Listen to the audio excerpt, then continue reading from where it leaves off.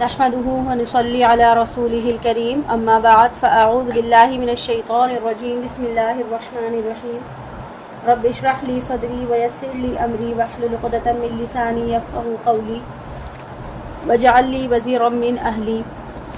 اللهم فقهنا في الدين اللهم ارنا الحق حقا وارزقنا اتباعه وارنا الباطل باطلا وارزقنا اجتنابه ربنا ظلمنا انفسنا وان لم تغفر لنا وترحمنا لنكونن من الخاسرين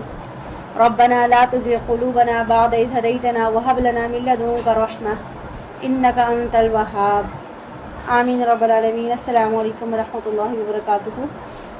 آج ہمارا پارہ ہے پارہ نمبر 8۔ شروع کرتے ہیں۔ اعوذ باللہ من الشیطان الرجیم بسم اللہ الرحمن الرحیم۔ وَلَوْ أَنَّنَا نَزَّلْنَا إِلَيْهِمُ الْمَلَائِكَةَ وَكَلَّمَهُمُ الْمَوْتَى وَحَشَرْنَا عَلَيْهِمْ كُلَّ شَيْءٍ قُبُلًا مَا كَانُوا لِيُؤْمِنُوا إِلَّا أَن يَشَاءَ اللَّهُ وَلَكِنَّ أَكْثَرَهُمْ يَجْهَلُونَ۔ اور اگر ہم ان پر فرشتے اتار دیتے اور مردے بھی ان سے گفتگو کرتے اور ہم تمام چیزیں لا کر ان کے روبرو جمع کر دیتے، تب بھی یہ ایمان لانے والے نہ تھے مگر یہ کہ اللہ چاہے، لیکن ان کی اکثریت جاہلوں پر مشتمل ہے۔ یعنی کہ ہم ان کے مطالبے کے مطابق ایک فرشتہ تو کیا، فرشتوں کی فوجیں اتار سکتے تھے اور ان فرشتوں کو آسمان سے اترتے ہوئے دکھا سکتے تھے، لیکن اگر واقعتاً ہم فرشتے اتار بھی دیتے اور ان کو دکھا بھی دیتے تو ان کے اوپر کوئی فرق نہیں پڑنا تھا۔ اگر اللہ چاہے اور اگر کسی کے اندر حق کی طلب ہو تو اللہ تعالیٰ معجزوں کے بغیر بھی ایسے لوگوں کی آنکھیں کھول دیتا ہے۔ اور جو لوگ بھی محمد صلی اللہ علیہ وسلم پر ایمان لائے تھے وہ معجزے دیکھ کر تو نہیں لائے تھے، وہ تو حق کے طالب تھے اور حق ان کو مل گیا تھا۔ یہاں جو جاہل جو کہا گیا اکثریت جاہلوں پر مشتمل ہے، اس سے مراد جذباتی لوگ ہیں جو عقل سے کام نہیں لیتے بلکہ اپنے جذبات کو اپنے جذبات کے اعلی کار بن جاتے ہیں۔ وَكَذَلِكَ جَعَلْنَا لِكُلِّ نَبِيٍّ عَدُوًّا شَيَاطِينَ الْإِنسِ وَالْجِنِّ يُوحِي بَعْضُهُمْ إِلَى بَعْضٍ زُخْرُفَ الْقَوْلِ غُرُورًا۔ اور اسی طرح ہم نے ہر نبی کے دشمن بنا دیے انسانوں اور جنوں میں سے شیاطین۔ یعنی کہ سوچنے سمجھنے کا، غور کرنے کا مقام یہ ہے کہ انبیاء کو تو مدد کی ضرورت تھی، اللہ نے شیطانوں کو ان کے خلاف کیوں کھڑا کر دیا؟ بہرحال یہ اللہ کا قانون ہے کہ جو حق کے مسافر ہوتے ہیں ان کو معلوم ہونا چاہیے۔ اس میں حکمت یہ ہے کہ حق اور باطل اور اس میں جو اس کی نوعیت ہے نا، اس میں کشاکش نہیں ہوگی، تو پھر کھرے اور کھوٹے کی پہچان بھی نہیں ہو سکے گی۔ یعنی کہ جب تک آزمائش نہیں ہوگی تو کیسے پتہ چلے گا کہ حق پر کون ہے اور جھوٹا دعوے دار کون ہے، کون اللہ سے سچی محبت کرتا ہے اور کون جو ہے وہ دنیا میں مبتلا رہتا ہے۔ اور یہ دنیا تو اللہ نے بنائی ہی آزمائش کے لیے، یہاں پر اگر شر کا وجود ہی نہ ہو تو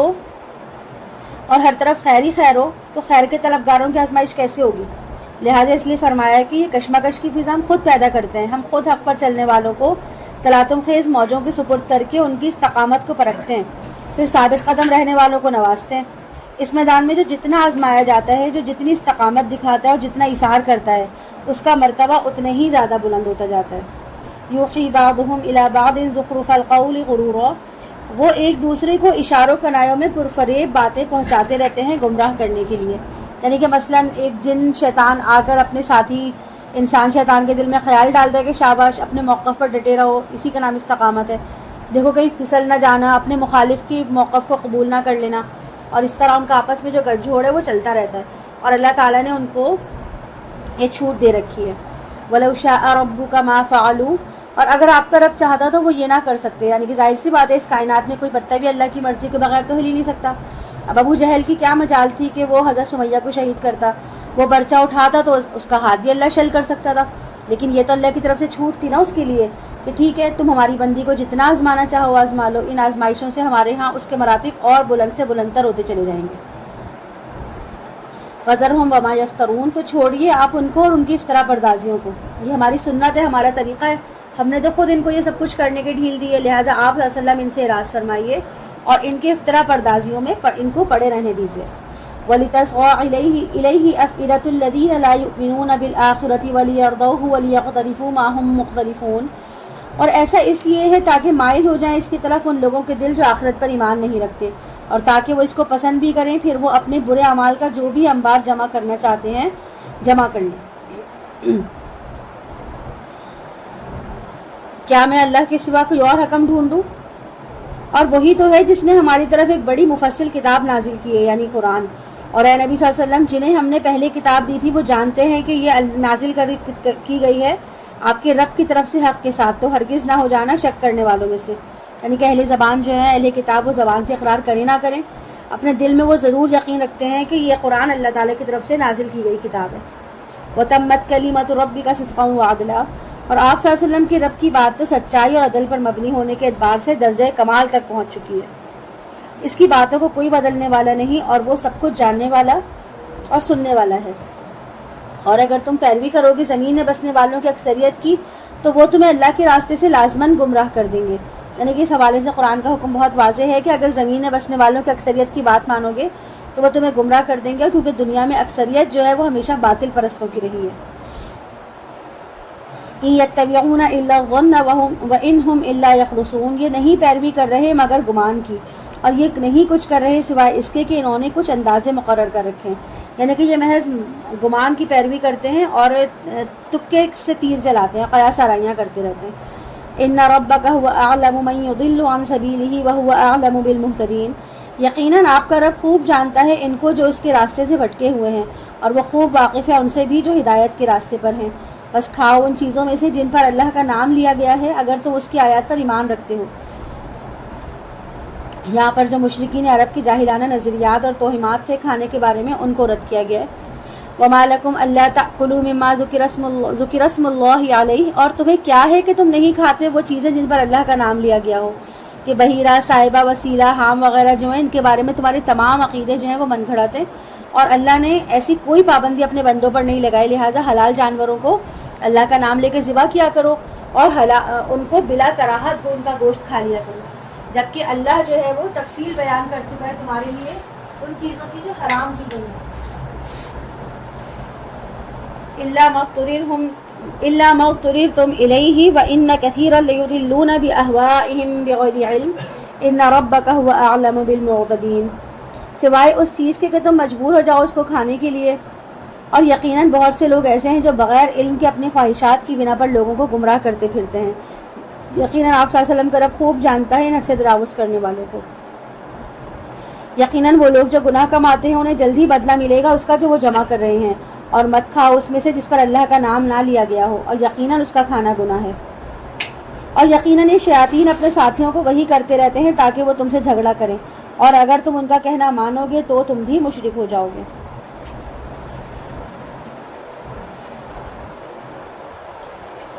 او من كان ميتا فاحييناه وجعلنا له نورا يمشي به في الناس كمن مثله في الظلمات ليس بخارج منها كذلك زين للكافرين ما كانوا يعملون. بھلا جو کوئی تھا مردہ پھر ہم نے اس کو زندہ کر دیا، یعنی اس سے مراد جو ہے وہ زندگی اور موت ہے. یعنی کہ ایک شخص جو اللہ سے واقف نہیں تھا، صرف دنیا کا بندہ بنا ہوا تھا، اس کی انسانیت در حقیقت مردہ تھی، اور وہ حیوان کی جیسی زندگی گزار رہا تھا، لیکن بحیثیت انسان کے وہ مردہ تھا. ویسے تو وہ زندہ تھا لیکن بحیثیت انسان کی وہ مردہ تھا. پھر اللہ تعالیٰ نے کیا کیا کہ اللہ تعالیٰ نے اسے ایمان کی ہدایت دے دی، تو گویا وہ زندہ ہو گیا، اور ہم نے اس کے لیے روشنی کر دی. اب اس کے ساتھ وہ چل رہا ہے لوگوں کے درمیان، کیا وہ اس شخص کی طرح ہو جائے گا جو اندھیروں میں بھٹک رہا ہو اور اس سے نکلنے والا بھی نہ ہو. اسی طرح مزین کر دیا گیا ان کافروں کے لیے جو کچھ یہ کر رہے ہیں. یعنی کہ مثال کے طور پر ایک وہ شخص تھا جس کو پہلے ہوش ہی نہیں تھا، اس نے کبھی نظریاتی معاملات کی پیچیدگیوں کی طرف توجہ ہی نہیں دی، لیکن پھر اللہ تعالیٰ نے اس کو ہدایت دی، قرآن کا نور اس کے سینے میں روشن ہو گیا. اب وہ اس نور میں آگے بڑھتا چلا گیا اور بڑھتا چلا جا رہا ہے. جیسے کہ حضرت عمر فاروق رضی اللہ تعالیٰ عنہ کو حق کی طرف متوجہ ہونے میں 6 سال لگ گئے. حضرت حمزہ کو بھی 6 سال بعد میں ایمان لانے کی توفیق ملی، لیکن اب انہوں نے قرآن کو مشعل راہ بنا لیا اور اللہ کے راستے میں سرفروشی کی مثالیں پیش کی. دوسری طرف وہ لوگ بھی تھے جو ساری عمر انہیں اندھیروں میں بھٹکتے رہے اور اسی حالت میں انہیں موت آئی. تو اس کے لیے کہا جا رہا ہے تو کہ یہ دونوں کبھی برابر ہو سکتے ہیں. اور اسی طرح ہم نے ہر بستی میں بڑے بڑے مجرم کھڑے کیے تاکہ وہ اس میں خوب سازشیں کریں، حالانکہ وہ مگر نہیں کرتے مگر اپنی جانوں کے ساتھ، لیکن انہیں اس کا شعور نہیں ہے. یعنی کہ ان کو شعور نہیں ہے کہ وہ جتنی بھی چال بازیاں کر رہے ہیں اس کا سارا وبال ان کو خود بھگتنا پڑے گا. جیسے کہ حضرت یاسر رضی اللہ تعالیٰ عنہ اور حضرت سمیہ رضی اللہ عنہ کے ساتھ ابو جہل نے جو کچھ کیا،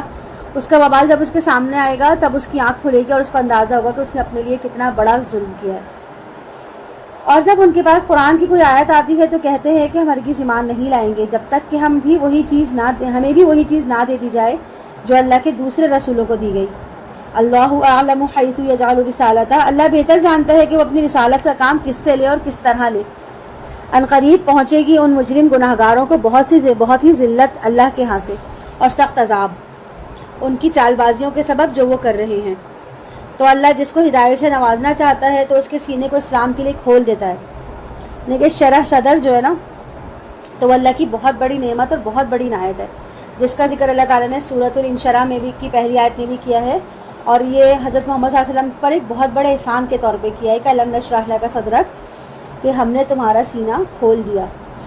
لہٰذا ہر مسلمان کو بھی شرح صدر کی دعا کرنی چاہیے کہ اے اللہ ہمارے رب تو ہمارے دلوں کو ایمان کے نور سے منور فرما دے اور ہمارے سینوں کو اسلام کے لیے کھول دے، یعنی کہ اللہ تعالیٰ سے ایسی باطنی بصیرت مانگنی چاہیے جس کی وجہ سے اسلام کی ہر چیز ہمیں بالکل صحیح نظر آئے۔ اور جب ایک بندہ مومن کے اندر بصیرت پیدا ہو جاتی ہے تو وہ ہر قدم پر ہر موڑ پر اس کو جو ہے وہ اپنے اندر سے ایک آواز سنائی دیتی ہے کہ جو اس کے صحیح عمل جب وہ کرتا ہے تو اس کی تائید کرتی ہے، اور جب وہ غلط عمل کرتا ہے تو اس کو وہ روکتی ہے، جیسے کہ ہم نے سورہ شمس میں پڑھا ہے قد افلح من زکاہا، اور اس کے علاوہ فالہمہا فجورہا وتقواہا، یعنی کہ ہم نے انسان کے اندر جو ہے اس کی اچھائی اور اس کا تقوی، اس کی برائی اور اس کا تقوی، یعنی اس کا گناہ اور اس کا تقوی دونوں الہام کر دیے ہیں۔ تو جب انسان کوئی نیک عمل کرتا ہے تو اس کو اندازہ ہو جاتا ہے کہ وہ صحیح جا رہا ہے، اور جب وہ کوئی برا عمل کرتا ہے تو اس کی ضمیر جو ہے نا اس کو وہاں پر روکنے کی کوشش کرتا ہے کہ یہ تم جو کر رہے ہو یہ غلط ہے، اس سے رک جاؤ۔ وَمَن يُرِدْ أَن يُضِلَّهُ يَجْعَلْ صَدْرَهُ ضَيِّقًا حَرَجًا كَأَنَّمَا يَصَّعَّدُ فِي السَّمَاءِ، اور جس کو گمراہ کرنا چاہتا ہے اس کے سینوں کو بالکل تنگ کر دیتا ہے، گھٹا ہوا، وہ ایسا محسوس کرتا ہے گویا وہ آسمان میں اس کو چڑھنا پڑ رہا ہے، یعنی کہ جیسے اونچائی پہ چڑھتے ہوئے انسان کی سانس پھولتی ہے اور اس کو محسوس ہوتا ہے کہ اس کا دل شاید دھڑک دھڑک کر باہر ہی آ جائے گا یا پھر بند ہو جائے گا۔ ایسے ہی اگر جس انسان کو اللہ کی طرف سے ہدایت کی توفیق عطا نہیں ہوتی تو اس کے لیے حق کی راہ پر چلنا دنیا کا مشکل ترین کام بن جاتا ہے، اللہ کے احکامات اس کو پورے کرنے انتہائی مشکل ہو جاتے ہیں۔ جہاں ذرا سی اس کے لیے کوئی آزمائش آتی ہے تو اس کے لیے اس پر قیامت ٹوٹ پڑتی ہے اور ایک ایک قدم اٹھانا اس کے لیے 2 بار ہو جاتا ہے۔ دوسری طرف وہ شخص ہوتا ہے جس کو اللہ تعالیٰ نے شرع صدر کی نعمت سے نوازا ہوتا ہے تو اس کے لیے حق کو قبول کرنا بھی آسان ہوتا ہے، بلکہ اس راہ کی ہر تکلیف، ہر مشکل کو وہ شوق سے اور خندہ پیشانی سے برداشت کرتا ہے، کیونکہ اس کو اس بات کا یقین ہوتا ہے نا کہ جو کچھ میں کر رہا ہوں اس کا مجھے اللہ تعالیٰ کے یہاں صلہ ضرور ملنا ہے۔ كَذَلِكَ يَجْعَلُ اللَّهُ الرِّجْسَ عَلَى الَّذِينَ لَا يُؤْمِنُونَ، اس طرح اللہ ناپاکی مسلط کر دیتا ہے ان لوگوں پر جو ایمان نہیں لاتے، اور یہ ہے تیرے رب کا سیدھا راستہ۔ ہم نے اپنی آیات خوب تفصیل سے بیان کر دی ہیں ان لوگوں کے لیے جو نصیحت حاصل کرنا چاہیں، ان کے لیے سلامتی والا گھر ہے ان کے رب کے پاس، اور وہی ان کا مددگار دوست ہے بسبب ان کے نیک اعمال کے۔ دارالسلام جو ہے وہ جنت کا دوسرا نام ہے، اور انہوں نے اپنی محنتوں، قربانی اور مشقت اور اپنی ایثار کے سبب اللہ کی دوستی کمائی، اور اللہ تعالیٰ نے ان کو دارالسلام کا مستحق بنا دیا۔ وَيَوْمَ يَحْشُرُهُمْ جَمِيعًا يَا مَعْشَرَ الْجِنِّ قَدِ اسْتَكْثَرْتُم مِّنَ الْإِنسِ، اور جس دن وہ جمع کرے گا ان سب کو اور فرمائے گا کہ اے جنوں کی جماعت، واقعتاً تم نے تو انسانوں میں سے بہتوں کو ہتھیا لیا، اور انسانوں میں سے جو ان کے ساتھی ہوں گے وہ کہیں گے اے ہمارے پروردگار، ہم آپس میں ایک دوسرے سے فائدہ اٹھاتے رہے، یعنی کہ ہم ان سے اپنے کام نکلواتے رہے، اپنے مفادات حاصل کرتے رہے، اور ہم نے تو جنات کو اپنا موکل بنا لیا، ان کے ذریعے ہم غیب کی خبریں حاصل کرتے رہے، اور اپنی جو جھوٹی کہانیوں کی جو دکانیں تھیں نا ان کو چمکاتے رہے۔ وَبَلَّغْنَا أَجَلَنَا الَّذِي أَجَّلْتَ لَنَا قَالَ النَّارُ مَثْوَاكُمْ خَالِدِينَ فِيهَا إِلَّا مَا شَاءَ اللَّهُ إِنَّ رَبَّكَ حَكِيمٌ عَلِيمٌ، اور ہم اپنی اس مدت کو پہنچ چکے جو تو نے ہمارے لیے مقرر کر دی تھی۔ اللہ فرمائے گا باغ ہے تمہارا ٹھکانہ، تم اس میں ہمیشہ ہمیشہ رہو گے سوائے اس کے جو اللہ چاہے، یقیناً آپ کا رب حکیم اور علیم ہے۔ اور اسی طرح ہم ظالموں کو ایک دوسرے کا ساتھی بنا دیتے ہیں ان کی کرتوتوں کی وجہ سے۔ اے جنوں اور انسانوں کی جماعت، کا تمہارے پاس نہیں آ گئے تھے رسول تمہیں میں سے جو سناتے تھے تمہاری آیات اور تمہیں خبردار کرتے تھے تمہارے اس دن کی ملاقات سے؟ وہ کہیں گے کہ ہم گواہ ہیں اپنی جانوں پر، اور انہیں دھوکے میں ڈالے رکھا دنیا کی زندگی نے، اور وہ خود گواہی دیں گے اپنے خلاف کہ وہ یقیناً کفر کی روش پر تھے۔ یہ اس لیے کہ آپ صلی اللہ علیہ وسلم کے رب کی یہ سنت نہیں ہے کہ وہ بستیوں کو برباد کر دے ظلم کے ساتھ جبکہ اس کے رہنے والے ہی بے خبر ہوں، یعنی کہ مختلف قوموں کے اندر اللہ نے رسول بھیجے، انہوں نے اپنی قوم میں رہ کر ان کو ڈرایا، ان کو جو ہے وہ ان کے سامنے نصیحتیں کی اور ان کو خوشخبریاں بھی دیں اور اس کا فرض ادا کیا تاکہ وہ حق کو مان لیں۔ لیکن جنہوں نے حق کو مان لیا انہوں نے اللہ کو مان لیا تو وہ کامیاب ہو گئے، جنہوں نے حق کا انکار کیا تو ان پر اللہ کا عذاب آیا۔ ایسا نہیں ہوتا کہ اچانک کسی بستی پہ کوئی عذاب ٹوٹ پڑے، بلکہ اللہ تعالیٰ ان کو مہلت دیتا ہے، لیکن جب کوئی کسی مہلت کو فائدہ ہی بھی نہیں اٹھاتا تو پھر اللہ تعالیٰ اس کو برباد کر دیتا ہے۔ وَلِكُلٍّ دَرَجَاتٌ مِّمَّا عَمِلُوا وَمَا رَبُّكَ بِغَافِلٍ عَمَّا يَعْمَلُونَ، ہر ایک کے لیے درجات ہیں ان کے عمل کے اعتبار سے، اور آپ کا رب بے خبر نہیں ہے اس سے جو یہ لوگ کر رہے ہیں۔ یعنی کہ ظاہر سی بات ہے کہ سارے لوگ ایک جیسے نیکوکار تو نہیں ہوتے، اور نہ ہی سب بدکار ایک جیسے ہو سکتے ہیں، بلکہ اعمال کے لحاظ سے ہر ایک کا درجہ، ہر ایک کا مقام جو ہے وہ اس کا مرتبہ مختلف ہوتا ہے، اور اللہ کو کسی کو عذاب دے کر کوئی فائدہ نہیں ہوتا، اور کسی کی بندگی اور اطاعت سے اس کا کوئی رکا ہوا کام چل بھی نہیں پڑتا۔ وہ ان سب چیزوں سے بے نیاز ہے۔ ہم اگر اللہ کی اطاعت کرتے ہیں تو وہ ہمارے اپنے فائدے کے لیے، اور اگر ہم اللہ کی اطاعت نہیں کرتے تو اس میں سراسر ہمارا اپنا نقصان ہے۔ ان یشاء یذہبکم ویستخلف من بعدکم ما یشاء، اگر وہ چاہے تو تم سب کو لے جائے، ختم کر دے، اور تمہارے بعد جن لوگوں کو چاہے لے آئے، جس طرح اس نے تمہیں اٹھایا ہے کسی اور قوم کی نسل میں سے۔ یقیناً تم جس چیز کا تم سے وعدہ کیا جا رہا ہے یا دھمکی دی جا رہی ہے وہ آ کر رہے گی، اور تم عاجز کر دینے والے نہیں ہو۔ یعنی کہ تم اپنی سازشوں سے اللہ کو عاجز نہیں کر سکتے، اس کے قابو سے باہر نہیں جا سکتے۔ اللہ کے تمام وعدے جو ہیں وہ پورے ہو کر رہیں گے۔ کہہ دیجئے اے میری قوم کے لوگوں، کر لو جو کچھ کر سکتے ہو اپنی جگہ پر، میں بھی کر رہا ہوں جو مجھے کرنا ہے۔ یعنی کہ ایک چیلنج کا انداز ہے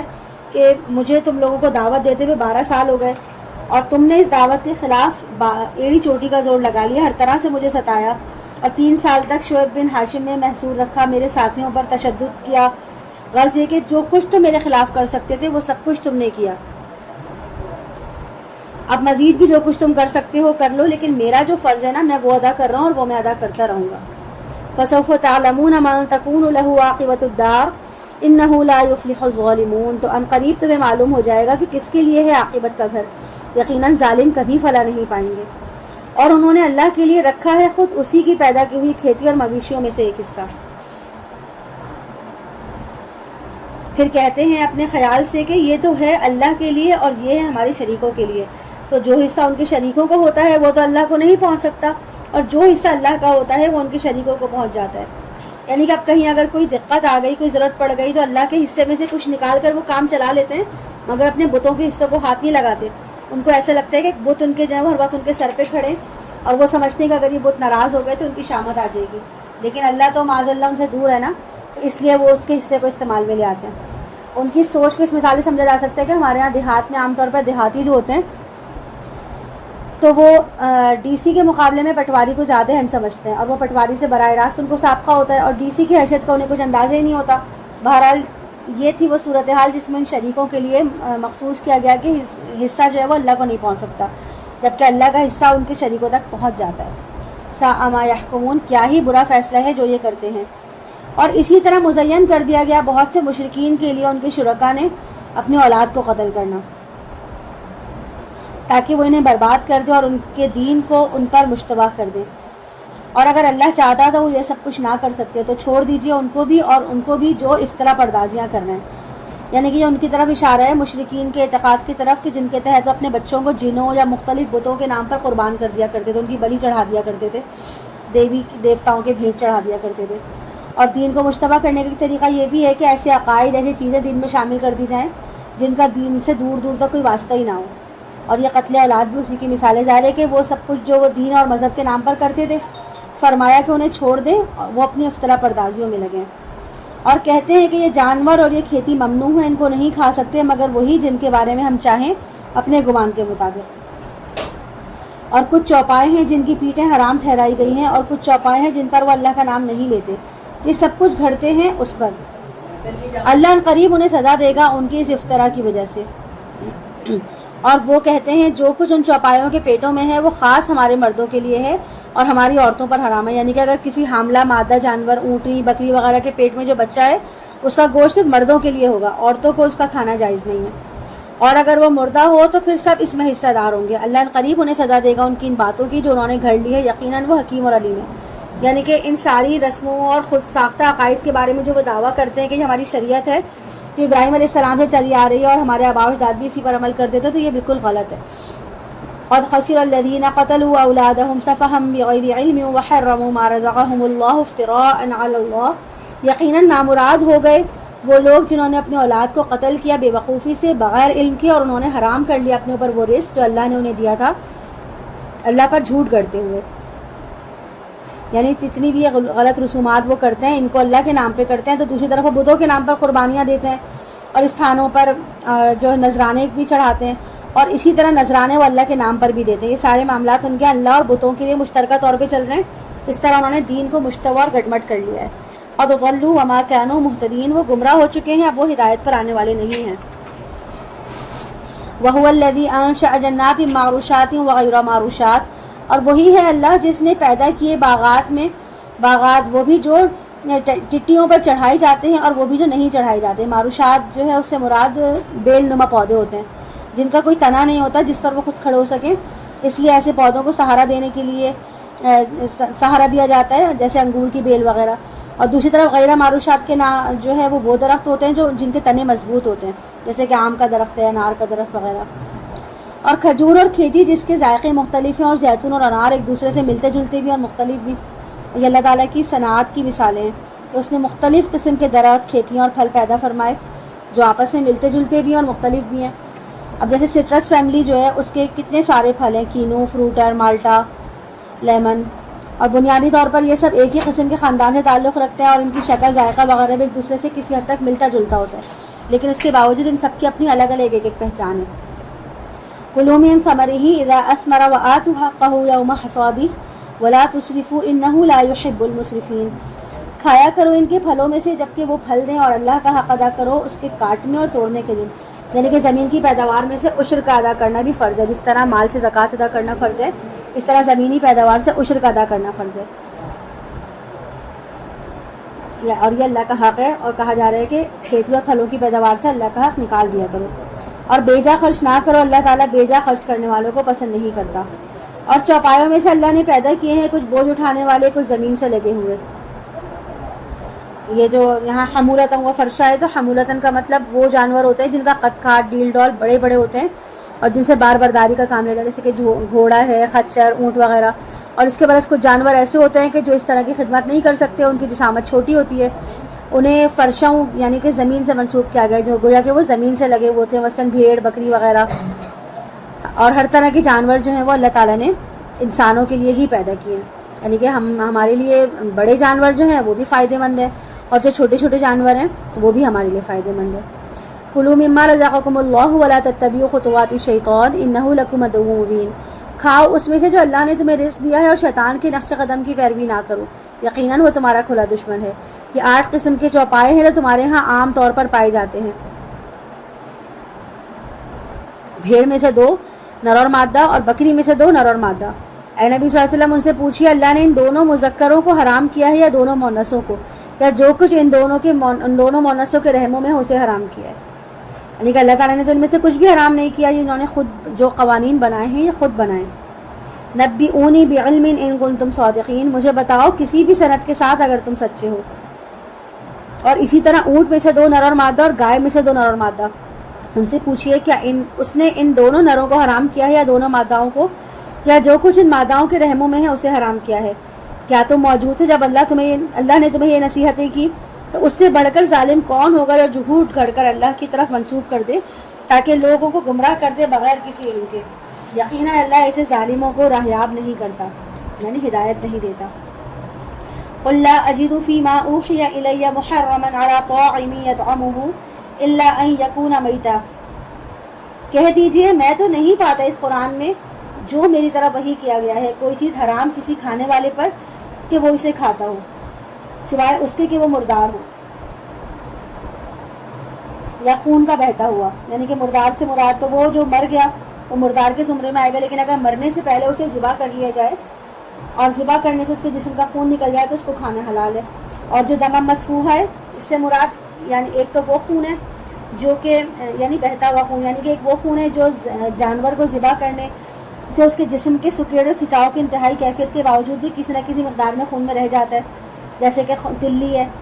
تلی میں سے جتنا بھی خون نکالیا جائے تھوڑا بہت خون جو ہے وہ تلی میں موجود رہتا ہے نا، لہٰذا یہ چیزیں حرام نہیں ہیں. لیکن جو خون بہایا جا سکتا ہو اور جو ذبح کرنے کے بعد جانور کے جسم سے نکل کے بہہ گیا ہو تو وہ خون حرام ہے. یا خنزیر کا گوشت کہ وہ تو ہے ہی ناپاک یا کوئی ناجائز گناہ کی شے جس پر اللہ کے سوا کسی اور کا نام پکارا گیا ہو. یعنی جو خنزیر کا گوشت ہے اس کی وجہ حرمت تو یہ ہے کہ وہ اصلاً ناپاک ہے. اس کے علاوہ کچھ چیزوں کی حرمت جو ہے وہ حکمی بھی ہے جو اللہ کی نافرمانی کی سبب لازم آتی ہے. چنانچہ اسی وجہ سے حرام قرار پایا، یعنی جس پر غیر اللہ کا نام لیا گیا ہو. اس حکم میں وہ قربانی بھی شامل ہے جو اللہ کے علاوہ کسی اور کے تقرب کی نیت سے کی جائے. مثلا ایسا جانور جو کسی قبر پر یا کسی مزار پر کسی استھان پر ذبح کیا جائے اور اگرچہ اس ذبح کرتے وقت اللہ کا نام لیا جاتا ہے مگر دل کے اندر تو کسی غیر اللہ کے تقرب کی خواہش ہوتی ہے نا، تو وہ حلال نہیں ہوتا. فمن اضطر غیر باغ ولا عاد فإن ربک غفور رحیم. لیکن ان صورتوں میں بھی اگر کوئی مجبور ہو جائے نہ تو اس کے اندر ان کی طلب ہو اور نہ حد سے بڑھے، یقیناً آپ کا رب بخشنے والا اور رحم فرمانے والا ہے. اور ہم نے ان پر جو یہودی ہوئے تھے حرام کر دیے تھے ایک ناخن کھر والے تمام جانور. یعنی کچھ جانوروں کے پاؤں پھٹے ہوئے تھے جیسے گائے بکری وغیرہ، جبکہ کچھ جانوروں کا ایک ہی پاؤں کھر ہوتا ہے. ایسے ایک کھر والے جانور مثلا گھوڑا گدھا وغیرہ یہودیوں پر حرام کر دیے گئے تھے. جیسے کہ ہم پڑھائیں کہ یہودیوں پر جو چیزیں حرام کی گئی تھیں ان میں سے بعض تو اصلاً حرام تھی مگر کچھ چیزیں ان کی شرارتوں اور نافرمانیوں کی وجہ سے بھی ان پر سزا کے طور پر حرام کر دی گئی تھیں. وَمِنَ الْبَقَرِ وَالْغَنَمِ حَرَّمْنَا عَلَيْهِمْ شُحُومَهُمَا إِلَّا مَا حَمَلَ ظُهُورُهُمَا أَوِ الْحَوَايَا أَوْ مَا اخْتَلَطَ بِعَظْمٍ. اور گائے اور بکری وغیرہ میں سے ہم نے حرام کر دی تھی ان پر ان کی چربی سوائے اس کے کہ جو ان کی پیٹھ یا انتڑیوں یا ہڈیوں کے ساتھ لگی ہوئی ہو. یہ ہم نے اسے سزا دی تھی ان کی سرکشی کی وجہ سے، اور یقیناً ہم سچ کہنے والے ہیں. تو اگر یہ لوگ آپ کو جھٹلا دیں تو کہہ دیجئے کہ یقیناً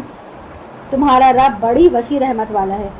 یعنی کہ اللہ جو ہے وہ تمہارے جرم کی سزا کے طور پر تمہیں فوراً نہیں پکڑ رہا اور نہ معجزے دکھا کر تمہاری مہلت کو ختم کر رہا ہے، بلکہ اس کی رحمت کا تقاضا یہ ہے کہ اس نے تمہاری مہلت کو مزید بڑھا دیا ہے اور اس کا عذاب ٹالا نہیں جا سکتا مجرموں کی قوم سے. ان قریب کہیں گے یہ مشرک لوگ کہ اگر اللہ چاہتا تو ہم شرک نہ کرتے، نہ ہمارے آباء و اجداد اور نہ ہی ہم کسی چیز کو حرام ٹھہراتے. اسی طرح جھٹلایا تھا ان لوگوں نے جو ان سے پہلے تھے یہاں تک کہ انہوں نے ہمارے عذاب کا مزہ چکھ لیا. آپ ان سے کہیے کہ کیا تمہارے پاس کوئی سند ہے جسے تم ہمارے سامنے پیش کر سکو؟ تم تو محض گمان کی پیروی کر رہے ہو اور صرف اندازوں اور اٹکل کی باتیں کرتے ہو. کہہ دیجئے بس اللہ کے حق میں ثابت ہو چکی ہے پوری بہت جانے والی حجت. یعنی اصل حجت جو ہے وہ صرف اللہ کی حجت ہے اور اللہ نے اپنے جو حجت ہے اس کو تمام کر دیا ہے اور تمہاری ہر بات نامعقول بات کو معقول طریقے سے رد کر دیا اور مختلف انداز سے تمہیں سمجھا بھی دیا ہے. فَلَوْ شَاءَ لَهَدَاكُمْ أَجْمَعِينَ. بس اگر وہ چاہتا تو تم سب کے سب کو ہدایت پر لے آتا. لیکن اللہ نے کیا کیا کہ اللہ کو اگر سب کو نیک بنانا مقصود ہوتا تو ایک ہی وقت میں وہ سب کے سب کا ابوبکر صدیق جیسا نیک بنا دیتا. لیکن دنیا کا معاملہ جو ہے وہ عمل اور اختیار کے تحت اس نے رکھا ہے. جیسے کہ سورہ ملک میں بھی کہا نا کہ آیت نمبر 2 میں کہ خلق الموت والحیات لیبلوکم ایکم احسن عملا. اس نے موت اور حیات کو پیدا ہی اس لیے کیا ہے کہ تمہیں آزمائے اور جانچے کہ تم میں سے کون نیک عمل اختیار کرتا ہے. قل هلما شهداءکم الذین یشهدون ان اللہ حرم هذا. کہیے ذرا لاؤ تو صحیح اپنے وہ گواہ جو یہ گواہی دے سکیں کہ اللہ نے ان پر چیزوں کو حرام کر دیا ہے. بس اگر یہ لوگ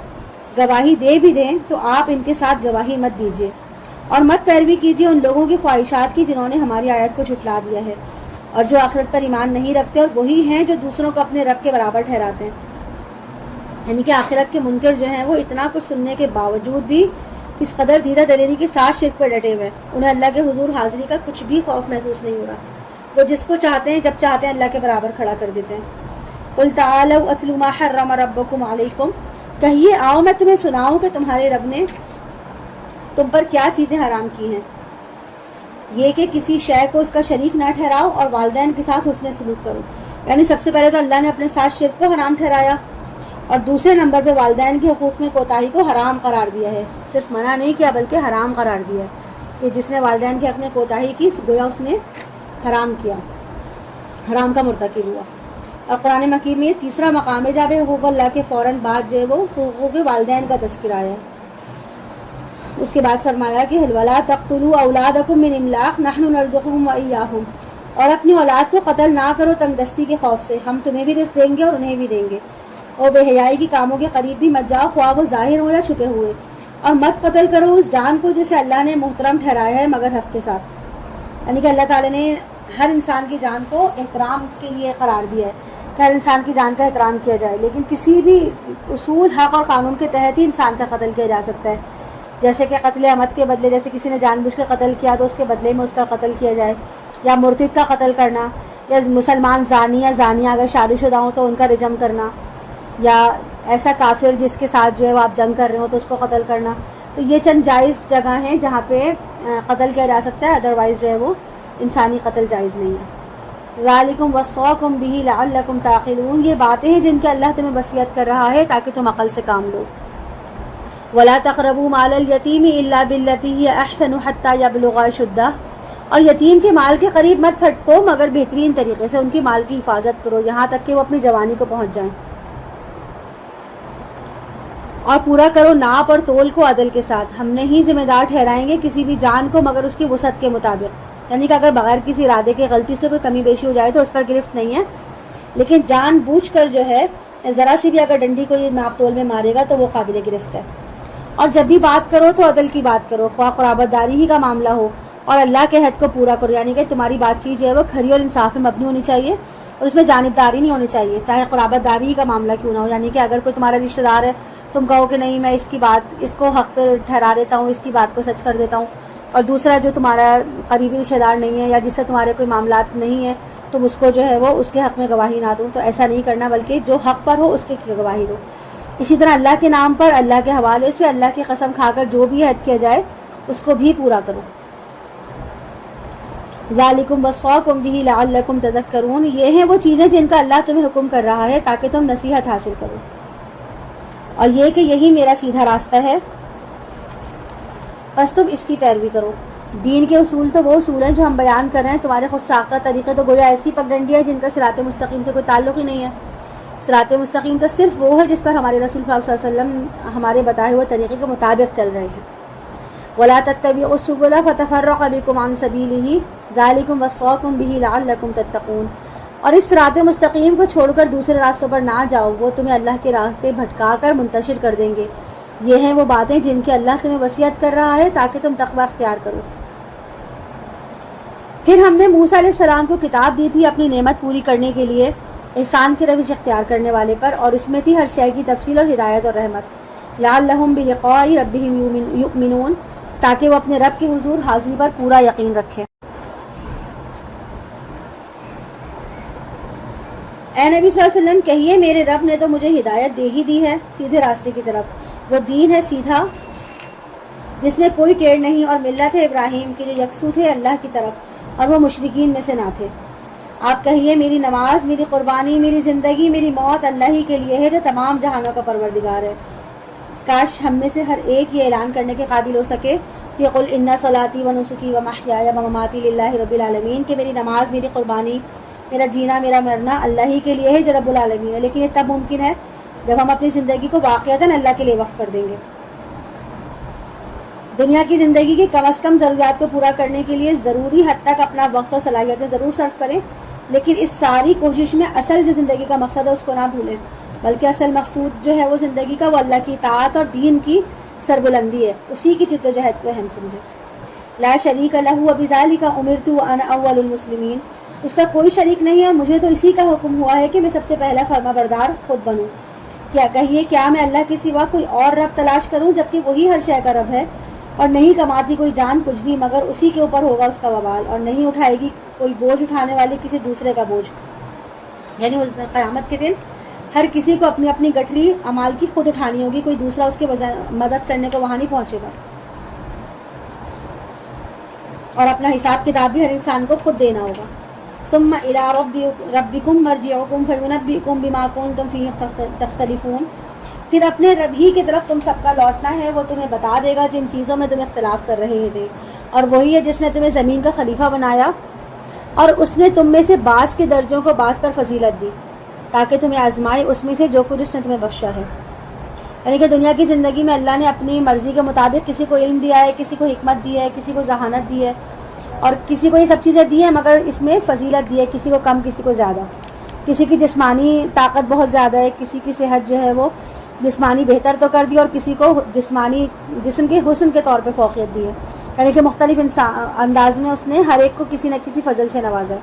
اور ہر ایک کے اندر اس نے کوئی نہ کوئی خاص کوالٹی رکھی ہے، اور اس طرح اس نے کیا کیا ہے کہ ہر ایک کے درمیان فرق رکھا ہے،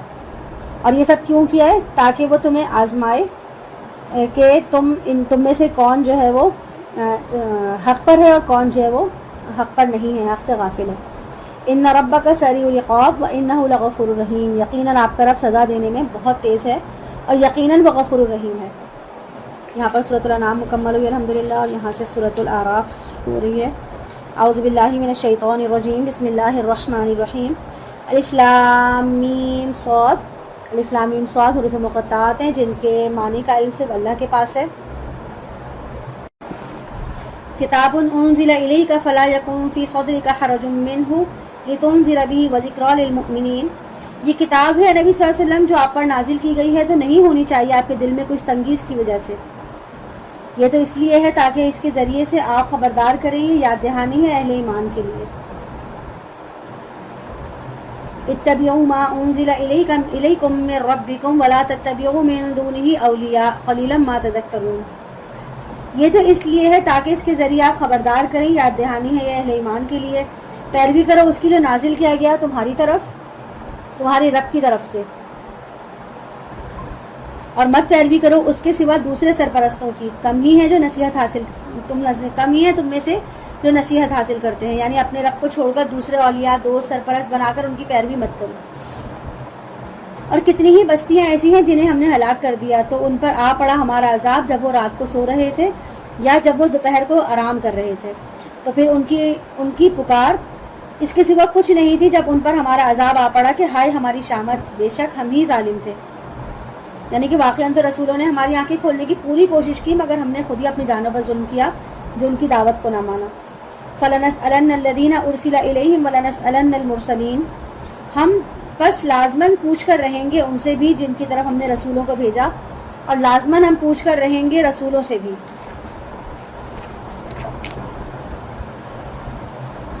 پھر ہم ان کے سامنے احوال بیان کریں گے علم کی بنیاد پر، اور ہم کہیں غائب تو نہیں تھے۔ اللہ تعالیٰ خوب جانتے کہ محمد صلی اللہ علیہ وسلم جو فریضہ رسالت کی ادائیگی میں کس قدر جد و جہد کر رہے تھے، اور آپ کے صحابہ نے بھی کتنی مشکلات کا سامنا کیا اور آپ کا ساتھ دیا دین کی تبلیغ میں۔ اسی طرح اللہ تعالیٰ ابو جہل اور ابو لہب کی کاروائیوں کو بھی دیکھ رہا ہے کہ وہ کس طرح رسول پاک صلی اللہ علیہ وسلم کو اذیتیں پہنچاتے تھے اور اسلام کی مخالفت کرتے تھے۔ اس سے اللہ تعالیٰ فرما رہا ہے کہ قیامت کے دن ان کے سامنے اپنے علم کی بنیاد پر تمام احوال بیان کر دیں گے، کیونکہ جب یہ سب کچھ ہو رہا تھا تو ہم غیر حاضر تو نہیں تھے۔ وَالْوَزْنُ يَوْمَئِذٍ الْحَقُّ فَمَنْ ثَقُلَتْ مَوَازِينُهُ فَأُولَئِكَ هُمُ الْمُفْلِحُونَ، اور اس روز وزن ہوگا حق ہی میں یا وزن ہی فیصلہ کن ہوگا، یعنی کہ اس روز اللہ تعالیٰ ترازو نما کوئی چیز کا نظام قائم کریں گے جس کے ذریعے سے اعمال کا ٹھیک ٹھیک وزن ہوگا، مگر اس دن وزن صرف حق میں ہی ہوگا، یعنی صرف اعمال صالح کا وزن ہوگا، باطل اور برے کاموں میں سرے سے کوئی وزن نہیں ہوگا۔ ریاکاری کی جو نیکیاں ترازو میں بالکل بے فائدہ بے حیثیت ہوں گی۔ اس کا دوسرا مفہوم یہ بھی ہے کہ اس دن وزن ہی حق ہوگا، وزن ہی فیصلہ کن ہوگا۔ اگر دو پلڑوں والے ترازو کا تصور کریں تو جس کی نیکیوں کا پلڑا بھاری ہوگا تو نجات بھی اسی کو حاصل ہوگی، اور جس کے پلڑے بھاری ہوں گے وہی ہوں گے فلاح پانے والے، اور جس کے پلڑے ہلکے ہوں گے تو یہ وہی لوگ ہیں جنہوں نے اپنے آپ کو ہلاک کر لیا بس اب اس کے کہ وہ ہماری آیات سے ناانصافی کرتے تھے۔ اور دیکھو انسانوں، ہم نے تمہیں زندگی میں زمین میں تمکن عطا فرما دیا اور اس میں تمہارے لیے معاش کے سارے سامان رکھ دیے، لیکن بہت ہی کم ہے تم میں سے شکر کرتے ہیں۔ انسان کو ہر وقت یہ دھڑکا لگا رہتا ہے کہ زمین کے وسائل انسان کے مسلسل استعمال کرنے سے ختم نہ ہو جائیں اور انسان کے اور حیوان کی خوراک کا قحط نہ پڑ جائے، مگر تمہیں معلوم ہونا چاہیے کہ اللہ کے خزانے ختم ہونے والے نہیں ہیں۔ ہم نے تمہیں زمینیں بسایا ہے تو یہاں کے تمام معاش کا جو پورا بندوبست ہے وہ بھی ہم نے کیا ہے، لیکن انسان اتنا بے صبر ہے کہ اور اتنا جلد باز ہے کہ وہ زیادہ سے زیادہ کمانے کی دن میں حرام حلال کی تمیز ہی کھو دیتا ہے اور بھول جاتا ہے کہ آخرت میں اس کو اللہ کے سامنے جواب دینا اور حساب دینا، اور دنیا کی زندگی پر ہی خوش و خرم رہتا ہے۔ وَلَقَدْ خَلَقْنَاكُمْ ثُمَّ صَوَّرْنَاكُمْ ثُمَّ قُلْنَا لِلْمَلَائِكَةِ اسْجُدُوا لِآدَمَ، اور ہم نے تمہیں تخلیق کیا، پھر تمہاری تصویر کشی کی، پھر ہم نے کہا فرشتوں سے کہ جھک جاؤ آدم کے سامنے، تو سجدہ کیا سب نے سوائے ابلیس کے، نہ ہوا وہ سجدہ کرنے والوں میں۔ اللہ نے فرمایا کس چیز نے تمہیں روکا کہ تم نے سجدہ نہیں کیا جبکہ میں نے تمہیں حکم دیا تھا؟ اس نے کہا میں اس سے بہتر ہوں، مجھے تو نے بنایا ہے آگ سے اور اس کو بنایا ہے مٹی سے، یعنی اس نے تکبر کی بنیاد پر ایسا کہا۔ اللہ نے فرمایا پس اتر جاؤ اس سے، تمہیں یہ حق نہیں ہے کہ تم اس میں تکبر کرو، پس نکل جاؤ، یقیناً تم ذلیل و خوار ہو۔ اس نے کہا اے اللہ مجھے مہلت دے اس دن تک جس دن انہیں زندہ کرے اور اٹھایا جائے گا، زندہ کر کے اٹھایا جائے گا، یعنی قیامت کے دن تک۔ فرمایا ٹھیک ہے جاؤ، میں نے تمہیں مہلت دے دی۔ اس نے کہا پروردگار تو نے جو مجھے آدم علیہ السلام کی وجہ سے گمراہ کیا ہے تو اب میں لازماً ان کے لیے گھات میں بیٹھوں گا تیری سیدھی راہ پر، یعنی تیری توحید کے شاہراہ پر ڈیرا جما کر گھات لگا کر مورچہ بند ہو کر بیٹھوں گا اور تیرے بندوں کو شرک کی پگڈنڈیوں کی طرف موڑتا رہوں گا۔ جہاں مجھے موقع ملے گا میں تیرے بندوں کو شرک کرنے پہ جو ہے وہ اکساتا رہوں گا، شرک میں مبتلا کرتا رہوں گا۔ پھر میں ان پر حملہ کروں گا، ان کے سامنے سے، ان کے پیچھے سے، ان کے دائیں سے اور ان کے بائیں سے، اور نہیں پائے گا ان کی اکثریت کو شکر کرنے والا۔ اللہ تعالیٰ نے فرمایا نکل جاؤ اس میں سے برے حال میں مردود ہو کر، ان میں سے جو تیری پیروی کریں گے تو میں انہیں اور تم کو اکٹھا کر کے تم سب سے سب جہنم کو بھر دوں گا۔ اور پھر ہم نے آدم سے کہا کہ اے آدم رہو جنت میں تم اور تمہاری بیوی، اور کھاؤ پیو اس میں سے جہاں سے تم دونوں چاہو، اور ہاں اس درخت کے قریب مت جانا ورنہ تم ظالموں میں سے ہو جاؤ گے۔ تو شیطان نے ان دونوں کو وسوسہ میں ڈالا تاکہ ظاہر کر دے ان پر جو ان سے پوشیدہ تھیں، ان کی شرمگاہیں۔ اور اس نے کہا وسوسہ اندازی کی کہ نہیں روکا ہے آپ دونوں کو آپ کے رب نے اس درخت سے مگر اس لیے کہ کہیں آپ فرشتے نہ بن جائیں یا کہیں آپ ہمیشہ ہمیشہ رہنے والے نہ ہو جائیں۔ یہ تو سیدھی سی بات ہے کہ فرشتوں کو آدم علیہ السلام کے سامنے جھکا دیا گیا تھا، پھر اس کے بعد آپ علیہ السلام کے لیے فرشتہ بن جانا کوئی ان سی بڑی بات تھی۔ لیکن بعض اوقات ایسا بھی ہوتا ہے کہ انسان کو نسیان ہو جاتا ہے اور وہ اپنی اصل حقیقت، اصل مقام کو بھول جاتا ہے۔ چنانچہ یہ بات گویا شیطان نے وسوسے کے انداز سے ان کے ذہنوں میں ڈالنے کی کوشش کی کہ اس شجرے ممنوعہ کا پھل کھاؤ تو تم فرشتہ بن جاؤ گے یا ہمیشہ ہمیشہ زندہ رہو گے اور تم پر موت کبھی بھی طاری نہیں ہوگی۔ وقاسمہما انی لکما لمن الناصحین، اور اس نے قسمیں کھا کھا کر ان کو یقین دلایا کہ میں آپ دونوں کے لیے بہت ہی خیر خواہ ہوں۔ تو اس نے دھوکہ دے کر انہیں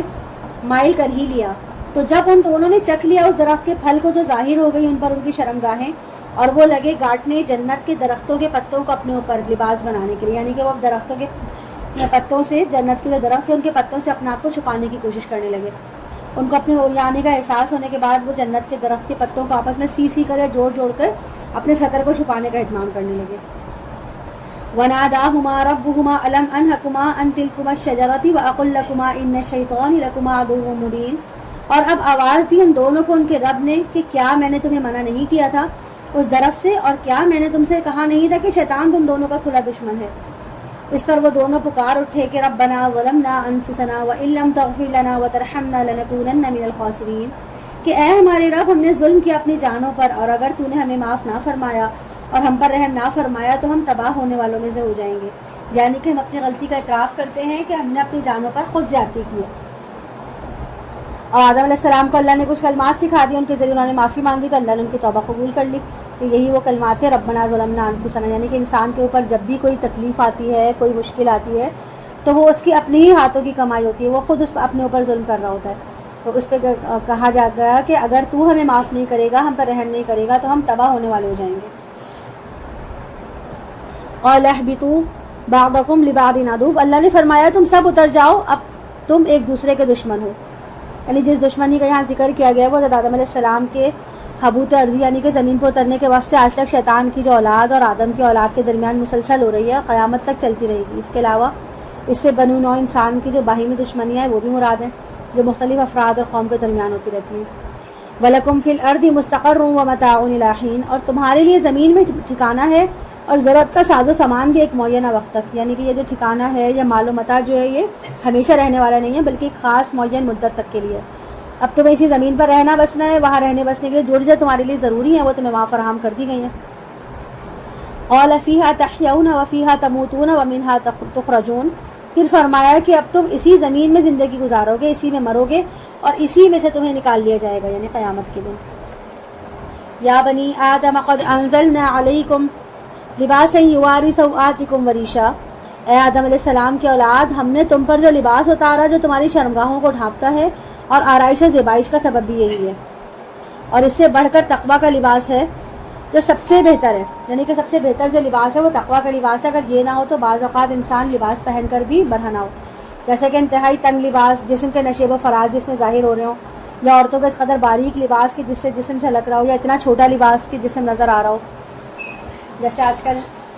پہن رہے لوگ پینٹ شرٹس لڑکیاں پہن رہی ہوتی ہیں. یہ سارے لباس جو وہ ہیں جس سے انسان کا، عورت کا جو جسم ہے وہ ظاہر ہو رہا ہوتا ہے. تو ایسے لوگ کے بارے میں کہا ہے کہ ایسا لباس جو ہے اس کے بارے میں حدیث ہے کہ یہ عورتیں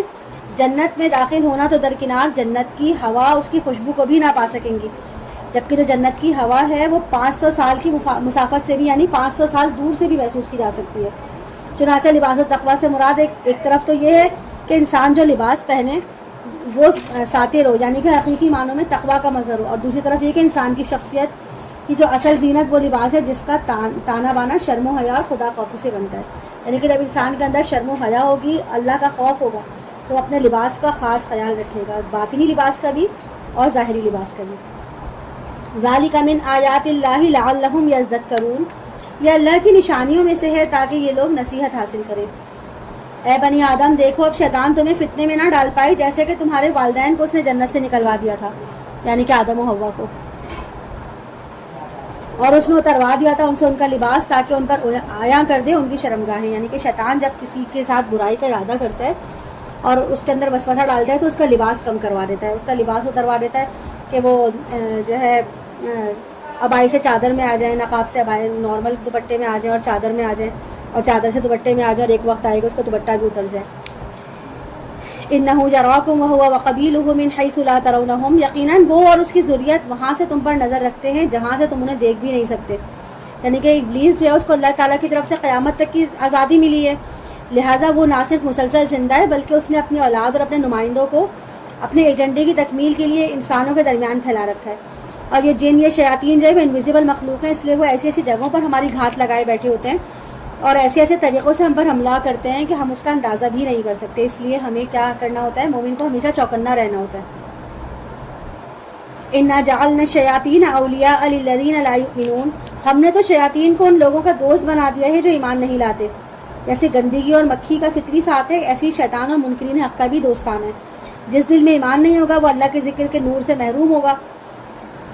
تو وہ شیطان کا اڈا بن جائے گا. وَإِذَا فَعَلُوا فَاحِشَةً قَالُوا وَجَدْنَا عَلَيْهِ آبَاءَنَا وَاللَّهُ أَمَرَنَا بِهَا، اور جب یہ لوگ کوئی بے حیائی کا کام کرتے ہیں تو کہتے ہیں کہ ہم نے پایا ہے یہی کچھ کرتے ہوئے اپنے آباء و اجداد کو، اور اللہ نے ہمیں اس کا ہی حکم دیا ہے. اے نبی صلی اللہ علیہ وسلم ان سے کہہ دیجئے کہ اللہ تعالیٰ بے حیائی کا حکم نہیں دیتا تو کیا تم اللہ کی طرف منسوخ کر رہے ہو وہ کچھ جس کا تمہیں کوئی علم ہی نہیں ہے.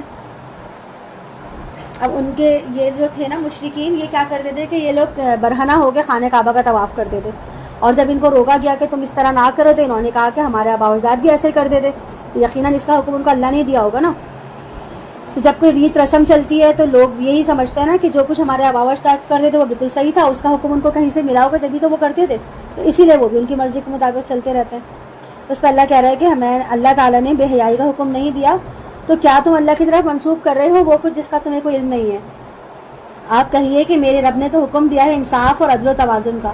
اور اپنا رخ سیدھے کر لیا کرو ہر نماز کے وقت، اور اسی کو پکارا کرو اسی کے لیے اپنی اطاعت کو خالص کرتے ہوئے. یعنی اللہ کو پکارنے، اسے دعا کرنے کی ایک شرط یہ ہے کہ وہ اطاعت کو اپنے اوپر لازم کر لیا جائے، اور اللہ کی اطاعت میں پورے کے پورے داخل ہونا ہوگا. لہٰذا اس حوالے سے فرمائے کہ اپنی اطاعت کو اسی کے لیے خالص کر لو اور پھر اس کو پکارو، یعنی کہ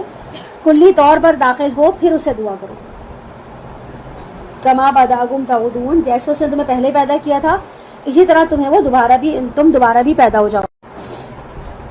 فریقا ہدا و فریقا حق علیہم الضلالہ، ایک گروہ کو اس نے ہدایت دے دی اور ایک گروہ وہ ہے جس کے اوپر گمراہی مسلط ہو چکی. یعنی جنہوں نے انکار کیا اور اپنے انکار پہ ڈٹ گئے تو ان کے ضد ہٹ دھرمی کی وجہ سے، ان کے حسد و تکبر کی وجہ سے ان پر گمراہی مسلط ہو گئی، اور یہ اس لیے کہ انہوں نے شیطانوں کو اپنا ساتھی بنا لیا اللہ کو چھوڑ کر، اور سمجھتے ہیں کہ ہم ہدایت پر ہیں. اے آدم کے اولاد اپنی زینت استوار کر لیا کرو ہر نماز کے وقت. یہاں پہ اچھے لباس کو زینت کہا گیا ہے، یعنی کہ جو انسان کا لباس ہے، لباس ودیشہ، وہ زیب و زینت کا ذریعہ ہے. اور اس آیت میں جو حکم دیا جا رہا ہے وہ اصل حکم یہ ہے کہ جب نماز کا وقت جو ہے وہ بہتر لباس زیب تن کرو. اور ہمارے یہاں اس معاملے میں الٹی روش چلتی ہے نا کہ ہم ویسے گھومنے پھرنے کے لیے کسی سے ملنے جا رہے ہیں، کوئی ہمارے گھر آ رہے ہیں تو ہم سچ بن کے رہ جاتے ہیں، خوب اچھی طرح تیار ہوتے ہیں، لیکن اب ہم نماز کے لیے کھڑے ہوتے ہیں یا ہم مسجد جاتے ہیں تو ہم میلے کچیلے کپڑوں میں جیسے بھی ہوتے ہیں اسی میں کام چلا لیتے ہیں. کہ تو یہاں پہ اللہ فرما رہے ہیں کہ جب تم میرے دربار میں آؤ یعنی میرے سامنے سجدہ ریز ہو نماز کے لیے آؤ تو پورے اہتمام کے ساتھ آیا کرو, اچھا اور صاف ستھرا لباس. اب اچھا صاف ستھرا لباس کا یہ مطلب نہیں ہے کہ نیا لباس ہو تو ہی نماز پڑھی جائے. لباس صاف ستھرا ہو, ساتر ہو, اس میں جسم کا کوئی حصہ نمایاں نہ ہو رہا ہو, جو سطر اللہ نے حکم دیا ہے وہ پورا ہو رہا ہو, اور اس کے علاوہ پاک صاف ہو, ناپاک نہ ہو, گندا نہ ہو. ایسا لباس کہ جو آپ کسی کے سامنے پہنے تو آپ کو شرم آئے, ایسا لباس پہن کے نہ مسجد جانا ہے اور نہ گھر میں نماز پڑھنی ہے. وَكُلُوا وَاشْرَبُوا وَلَا تُسْرِفُوا إِنَّهُ لَا يُحِبُّ الْمُسْرِفِينَ. اور کھاؤ اور پیو البتہ اسراف نہ کرو, یقیناً وہ اسراف کرنے والوں کو پسند نہیں کرتا. یعنی کہ بنی آدم سے یہاں کہا جا رہا ہے کہ دنیا کی جو چیزیں اللہ نے تمہارے لیے بنائی ہیں ان چیزوں کو جائز اور معروف طریقے سے اگر استعمال کرو گے تو تمہیں پابندی نہیں ہے, لیکن اللہ تعالیٰ کی عطا کردہ نعمتوں کا بے جا استعمال اور ضرورت سے زیادہ ان کا استعمال کرنا یہ اسراف ہے, اور اللہ تعالیٰ اسراف کو پسند نہیں کرتا. یعنی کہ ضرورت تک کی حد تک چیزوں کا استعمال کیا جائے, ضرورت سے زیادہ اگر چیزوں کی خواہشیں مبتلا ہو جائے تو وہ اسراف ہے. قل من حرم زینة اللہ التي اخرج لعباده والطیبات من الرزق قل هي للذین آمنوا فی الحیاۃ الدنیا خالصۃ یوم القیامہ.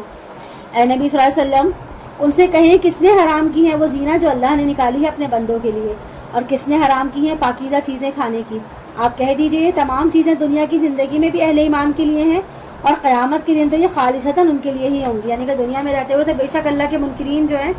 ان نعمتوں میں سے کھا پی بھی لیں, استفادہ کر لیں, مگر آخرت میں تمام پاکیزہ چیزیں جو ہیں وہ اور نعمتیں اہل ایمان اور اہل جنت کے لیے ہی مخصوص ہوں گے, کفار ان میں سے کوئی بھی چیز حاصل نہ کر پائیں گے. کذالک نفصل الآیات لقوم یعلمون. اسی طرح ہم اپنی آیات کی وضاحت کرتے ہیں ان لوگوں کے لیے جو علم رکھتے ہیں. کہہ دیجئے میرے رب نے تو حرام قرار دیا ہے بے حیائی کی باتوں کو, وہ اعلانیہ ہوں یا چھپی ہوئی ہوں. یعنی بے حیائی جو ہے وہ اللہ تعالیٰ کو کسی بھی صورت پسند نہیں ہے, اور حرام کیا ہے اس نے گناہ کو اور ناحق زیادتی کو, اور یہ بھی حرام ٹھہرایا ہے کہ تم اللہ کے ساتھ شریک ٹھہراؤ کسی ایسی چیز کو جس کے لیے اس نے کوئی سند نہیں اتاری ہے, اور یہ بھی کہ تم اللہ کی طرف منسوب کرو وہ چیز جس کا تم علم نہیں رکھتے. اور ہر قوم کے لیے ایک وقت معین ہے, یعنی جب کسی قوم کا رسول اس کی طرف آتا ہے تو ایک مقررہ مدت اس کو دے دی جاتی ہے کہ اس مہلت کا فائدہ اٹھاتے ہوئے اپنے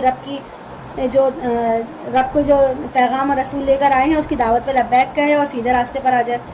اور اس دوران میں ان کی جو نافرمانی ہوتی ہے ان کو نظر انداز کر دیا جاتا ہے, ان پہ عذاب نہیں لائے جاتے, لیکن جب ان کی مدت پوری ہو جاتی ہے تو پھر ان کے اوپر عذاب لایا جاتا ہے. فَإِذَا جَاءَ أَجَلُهُمْ لَا يَسْتَأْخِرُونَ سَاعَةً وَلَا يَسْتَقْدِمُونَ. پھر جب ان کا وہ مقررہ وقت آ جائے تو ایک گھڑی پیچھے نہ ہٹ سکیں گے نہ آگے کی طرف سرک سکیں گے. اے بنی آدم جب بھی تمہارے پاس آئے رسول تمہیں میں سے جو تمہیں میری آیات سنائیں تو جو کوئی بھی ان کی دعوت کے جواب میں تقویٰ کی روش اختیار کرے گا اور اصلاح کرے گا تو ان کے لیے نہ کوئی خوف ہوگا نہ وہ کسی غم سے دوچار ہوں گے. اور جو ہماری آیت کو جھٹلائیں گے اور تکبر کی بنا پر انہیں رد کریں گے وہی جہنمی ہوں گے, اسی میں وہ ہمیشہ ہمیشہ رہیں گے. پھر اس شخص سے بڑھ کر بھلا کون ظالم ہوگا جو اللہ کی طرف کوئی غلط بات منسوخ کرے یا اس کو جھٹلا دے, لیکن دنیا میں اس کو ملتا رہے گا اس کا حصہ اس میں سے جو اس کے لیے لکھا گیا ہے. یعنی کہ دنیا میں جو رزق وغیرہ کا معاملہ ہے وہ کسی کے کفر کی وجہ سے کم نہیں ہوگا. اگر آپ کسی کے پاس بہت سارا رزق دیکھیں کہ کوئی کفر پہ مبتلا ہے پھر بھی اس کے بعد اتنا رزق ہے تو یہ نہ سمجھے کہ وہ بہت اس کے لیے فائدہ ہے, بلکہ دنیاوی زندگی میں تو وہ اس کو معمول کے مطابق ملتا رہے گا لیکن آخرت میں اس کا کوئی حصہ نہ ہوگا. حتی اذا جاءتهم رسلنا یتوفونہم قالوا این ما کنتم تدعون من دون اللہ. یہاں تک کہ جب ان کے پاس ہمارے بھیجے ہوئے فرشتے آ جائیں گے ان کی روحوں کو قبض کرنے کے لیے تو وہ کہیں گے کہاں ہیں وہ جن کو تم پکارا کرتے تھے اللہ کے سوا. وہ کہیں گے وہ سب تو ہم سے گم ہو گئے, اور وہ خود اپنے خلاف ہی گواہی دیں گے کہ واقعتاً وہ کافر تھے. کہا جائے گا اچھا شامل ہو جاؤ جنوں اور انسانوں کی ان امتوں میں جو تم سے پہلے گزر چکی ہیں آگ میں داخل ہونے کے لیے. یعنی ایک ایک قوم کا حساب ہوتا جائے گا اور وہ مجرمین جو ہے وہ جہنم کے اندر جھوکے جاتے رہیں گے. کلما دخلت امت لعنت اختہا. جب بھی کوئی امت جہنم میں داخل ہوگی تو وہ اپنے جیسی دوسری امت پر لعنت کرے گی, یہاں تک کہ جب اس میں گر چکیں گے سب کے سب تو ان کے پچھلے کہیں گے اپنے اگلوں کے بارے میں کہ اے ہمارے رب یہی لوگ ہیں جنہوں نے ہمیں گمراہ کیا تھا. یعنی کہ دنیا میں تو یہ لوگ اپنی نسلوں کے بارے میں کہتے ہیں کہ ہمارے آبا و اجداد تھے, بڑے قابل احترام تھے, ان کے طور طریقوں پہ ہی ہم چلیں گے, ان کی روایتوں کو پورا کریں گے, ہم ان کی روایتوں کو نہیں چھوڑ سکتے. لیکن جہنم میں کیا ہوگا کہ جہنم میں وہ اپنے آبا و اجداد کے بارے میں اعلان کہہ دیں گے کہ اللہ یہی وہ لوگ ہیں, یہی وہ بدبخت ہیں جنہوں نے ہمیں گمراہ کیا تھا. فآتہم عذابا ضعفا من النار. تو ان کو دگنا عذاب دے آگ میں, تو ان کو دگنا عذاب دے آگ میں سے. اللہ فرمائے گا تم سب کے لیے ہی دگنا عذاب ہے، لیکن تمہیں اس کا شعور نہیں ہے. یعنی جیسے یہ لوگ تمہیں گمراہ کر کے آئے تھے ویسے ہی تم نے بھی تو اپنے بعد آنے والوں کو گمراہ کیا ہے نا. یہ سلسلہ تو پوری دنیا میں چلتا رہا. یہ تو ہر ایک کو اس وقت چاہیے تھا کہ وہ اپنی عقل سے کام لیتا تھا، وہ دنیا میں تھا. میں نے تو تم سب کو عقل دی تھی، سب کو دیکھنے سننے کی صلاحیت دی تھی، نیکی بدی کا شعور دیا تھا. تمہیں چاہیے تھا کہ تم اپنی صلاحیتوں کا کام لیتے اور برے بھلے کی تمیز کرتے اور اپنے آباء و اجداد کے اور اپنے لیڈروں کے اندھی تقلید نہ کرتے. لہذا تم میں سے ہر شخص جو ہے وہ اپنی تباہی اور بربادی کا خود ذمہ دار ہے. وقالت اولاہم لاخراہم فما کان لکم علینا من فضل فذوقوا العذاب بما کنتم تکسبون. اور ان کے اگلے اپنے پچھلوں سے کہیں گے کہ تم بھی تو ہم پر کوئی فضیلت حاصل نہیں ہو، تمہیں بھی تو ہم پر کوئی فضیلت حاصل نہیں ہو سکی، لہٰذا چکھو مزہ عذاب کا اپنے کرتوتوں کے بدلے میں. یقیناً جن لوگوں نے ہماری آیات کو جھٹلایا اور تکبر کی بنا پر ان کو رد کیا، ان کے لیے آسمان کے دروازے کبھی بھی نہیں کھولے جائیں گے اور وہ جنت میں داخل نہیں ہوں گے یہاں تک کہ اونٹ کی سوئی کے ناکے میں سے اونٹ کی سوئی جو ہے وہ ناکے میں سے گزر جائے. یہ ایک مثال ہے جو کہ عرب لوگ دیتے تھے اونٹ کی سوئی سے، یعنی کہ اونٹ سوئی کے ناکے سے گزر جائے. یعنی کہ جس طرح ایک اونٹ کا یہ نہیں ہے ممکن کہ وہ سوئی کا ناکا جو سوراخ ہوتا ہے باریک ہے جس میں سے دھاگا ڈالا جاتا ہے کہ وہ اونٹ اس میں سے نہیں گزر سکتا، اتنا ہی ناممکن ہے کہ کوئی بھی جو ہے یہ تکبر کرنے والا، اللہ کو جھٹلانے والا جو ہے وہ جنت میں داخل ہو جائے.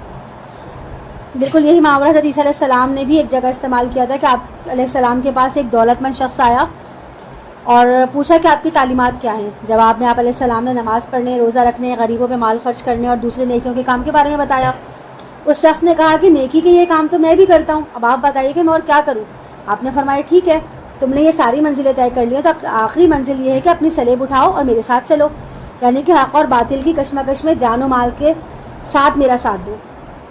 یہ سن کر اس کا چہرہ لٹک گیا اور وہ چلا گیا. اس پر آپ علیہ السلام نے فرمایا کہ اونٹ کا سوئی کے ناکے میں سے گزرنا ممکن ہے مگر کسی دولت مند شخص کا اللہ کی بادشاہت میں داخل ہونا ممکن نہیں ہے. اور یہاں یہ واقعہ جو ہے وہ قرآن میں مذکورہ محاورے کے حوالے سے برصغیر تذکرہ آیا ہے. حضرت عیسیٰ علیہ السلام کے فرمان کو کسی معاملے میں بطور دلیل پیش کرنا جو ہے وہ مقصد نہیں ہے. وَكَذَلِكَ نَجْزِي الْمُجْرِمِينَ، اور اسی طرح ہم بدلہ دیں گے مجرموں کو. لَهُم مِّن جَهَنَّمَ مِہَادٌ وَمِن فَوْقِهِمْ غَوَاشٍ وَكَذَلِكَ نَجْزِي الظَّالِمِينَ، ان کے لیے جہنم ہی کا بچھونا ہوگا اور اوپر سے اسی کا اوڑھنا ہوگا، اور اسی طرح ہم ظالموں کو بدلہ دیں گے. یعنی کہ آگ کے گدے بچھے ہوں گے ان کے بچھانے کے لیے اور اسی کے لحاف ہوں گے اوڑھنے کے لیے، اور اسی آگ کے اندر ان کو گزر بسر کرنی ہوگی. یعنی کہ نہ ان کی زمین پرسکون ہوگی نہ ان کے اوپر جو اوڑھنی ہوگی وہ پرسکون ہوگی، ہر طرف آگ ہی آگ ہوگی. اور اس کے برعکس اب ایمان والوں کی، نیک عمل کرنے والوں کے بارے میں بتایا جا رہا ہے کہ والذین آمنوا وعملوا الصالحات لا نکلف نفسا الا وسعها اولئک اصحاب الجنۃ هم فیہا خالدون. اور وہ لوگ جو ایمان لائے جنہوں نے نیک عمل کیے، ہم کسی جان کو ذمہ دار نہیں ٹھہرائیں گے مگر اس کی وسعت کے مطابق، وہی ہوں گے جنت والے، اسی میں وہ ہمیشہ ہمیشہ رہیں گے. اور ہم نکال دیں گے جو کچھ ان کے سینوں میں ہوگا ایک دوسرے کی طرف سے کوئی میل. یعنی کہ اہل ایمان بھی تو انسان ہی ہے نا. اب باہی میں معاملات میں ایک دوسرے سے گلے شکوے بھی ہو سکتے ہیں، دلوں میں شکوک و شبہات بھی جنم لے سکتے ہیں، کبھی کوئی شکایت بھی ایک دوسرے سے ہو سکتی ہے جو دنیا کی زندگی میں ختم نہ ہو. تو ایسے سارے گلے شکووں کے بارے میں کہا جا رہا ہے کہ اہل جنت کو جنت میں داخل کرنے سے پہلے ان تمام قسم کے بغض آلائشوں سے پاک کر دیا جائے گا اور وہ لوگ صاف ستھرے دل کے ساتھ باہم بھائی بھائی ہو کر ایک دوسرے کے روبرو بیٹھیں گے. تجری من تحتہم الانہار، اور ان کے بالا خانوں کے نیچے نہریں بہتی ہوں گی اور وہ کہیں گے وقالوا الحمد للہ الذی ہدانا لہذا وما كنا لنهتدي لولا ان هدانا الله لقد جاءت رسل ربنا بالحق ونودوا ان تلكم الجنة اورثتموها بما كنتم تعملون.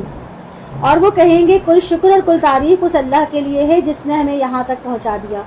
ہم یہاں تک پہنچنے والے نہیں تھے، اور اگر اللہ ہی نے ہمیں نہ پہنچا دیا ہوتا یقیناً ہمارے رب کے رسول حق کے ساتھ آئے تھے، اور تب انہیں پکارا جائے گا کہ یہ ہے وہ جنت جس کا تم وارث بنا دیے گئے ہو اپنے اعمال کی وجہ سے.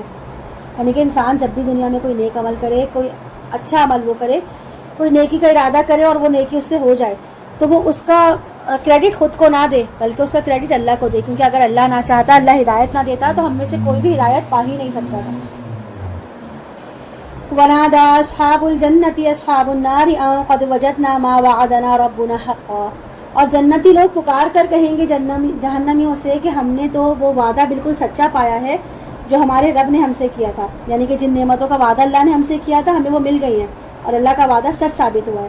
تو کیا تم نے بھی سچا پایا ہے وہ وعدہ جو تمہارے رب نے تم سے کیا تھا؟ وہ کہیں گے ہاں، یعنی کہ اہل جہنم جواب دیں گے ہاں ہمارے ساتھ بھی جو اللہ نے وعدے کیے تھے وہ پورے ہو گئے، اور جو عذاب کی وعیدیں ہمیں سنائی جاتی تھیں، جو بتائی جاتی تھیں، وہ سب حقیقت کا روپ دھار کر ہمارے سامنے موجود ہے اور اس وقت ہم اس میں گھر چکے ہیں۔ فَأَذَّنَ مُؤَذِّنٌ بَيْنَهُمْ اللَّعْنَةُ اللَّهِ عَلَى الظَّالِمِينَ، تو اس وقت پکارے گا ہی پکارنے والا ان کے درمیان کہ اللہ کی لعنت ہے ظالموں پر، وہ لوگ جو روکتے تھے خود کو بھی اور خود بھی رکتے تھے اللہ کے راستے سے اور اس راستے میں ٹیڑھ نکالتے تھے، یعنی کہ نہ صرف وہ خود ہی مان لاتے تھے بلکہ دوسرے لوگوں کو بھی اللہ کے راستے سے روکنے کی کوشش کرتے تھے، اور اگر کسی شخص کو محمد صلی اللہ علیہ وسلم کی محفل میں جاتے ہوئے دیکھتے تو اس کو برگلاتے بہکاتے کہ کہیں ایسا نہ ہو کہ وہ آپ صلی اللہ علیہ وسلم کی باتوں سے متاثر ہو کے اور ایمان لے آئے۔ اسی طرح آج کے دور میں بھی ہوتا ہے نا کہ قرآن کلاس ہو یا کوئی بھی ایسی جگہ ہو جہاں پر قرآن کی محفل ہو، درس ہو یا قرآن کے بارے میں بات بتائی جا رہی ہو، تو لوگ خود بھی نہیں جاتے اور دوسروں کو بھی اس کی ترغیب نہیں دیتے، تو اس سے بچنے کا حکم ہے۔ وَهُمْ بِالْآخِرَةِ كَافِرُونَ، اور یہ لوگ آخرت کے منکر ہیں۔ وَبَيْنَهُمَا حِجَاب، اور ان جنتیوں اور جہنمیوں کے درمیان ایک پردے کی دیوار ہوگی۔ اہل جنت اور اہل جہنم کے درمیان ہونے والی اس نوعیت کی گفتگو کا نقشہ زیادہ واضح جو ہے وہ سورہ حدید میں،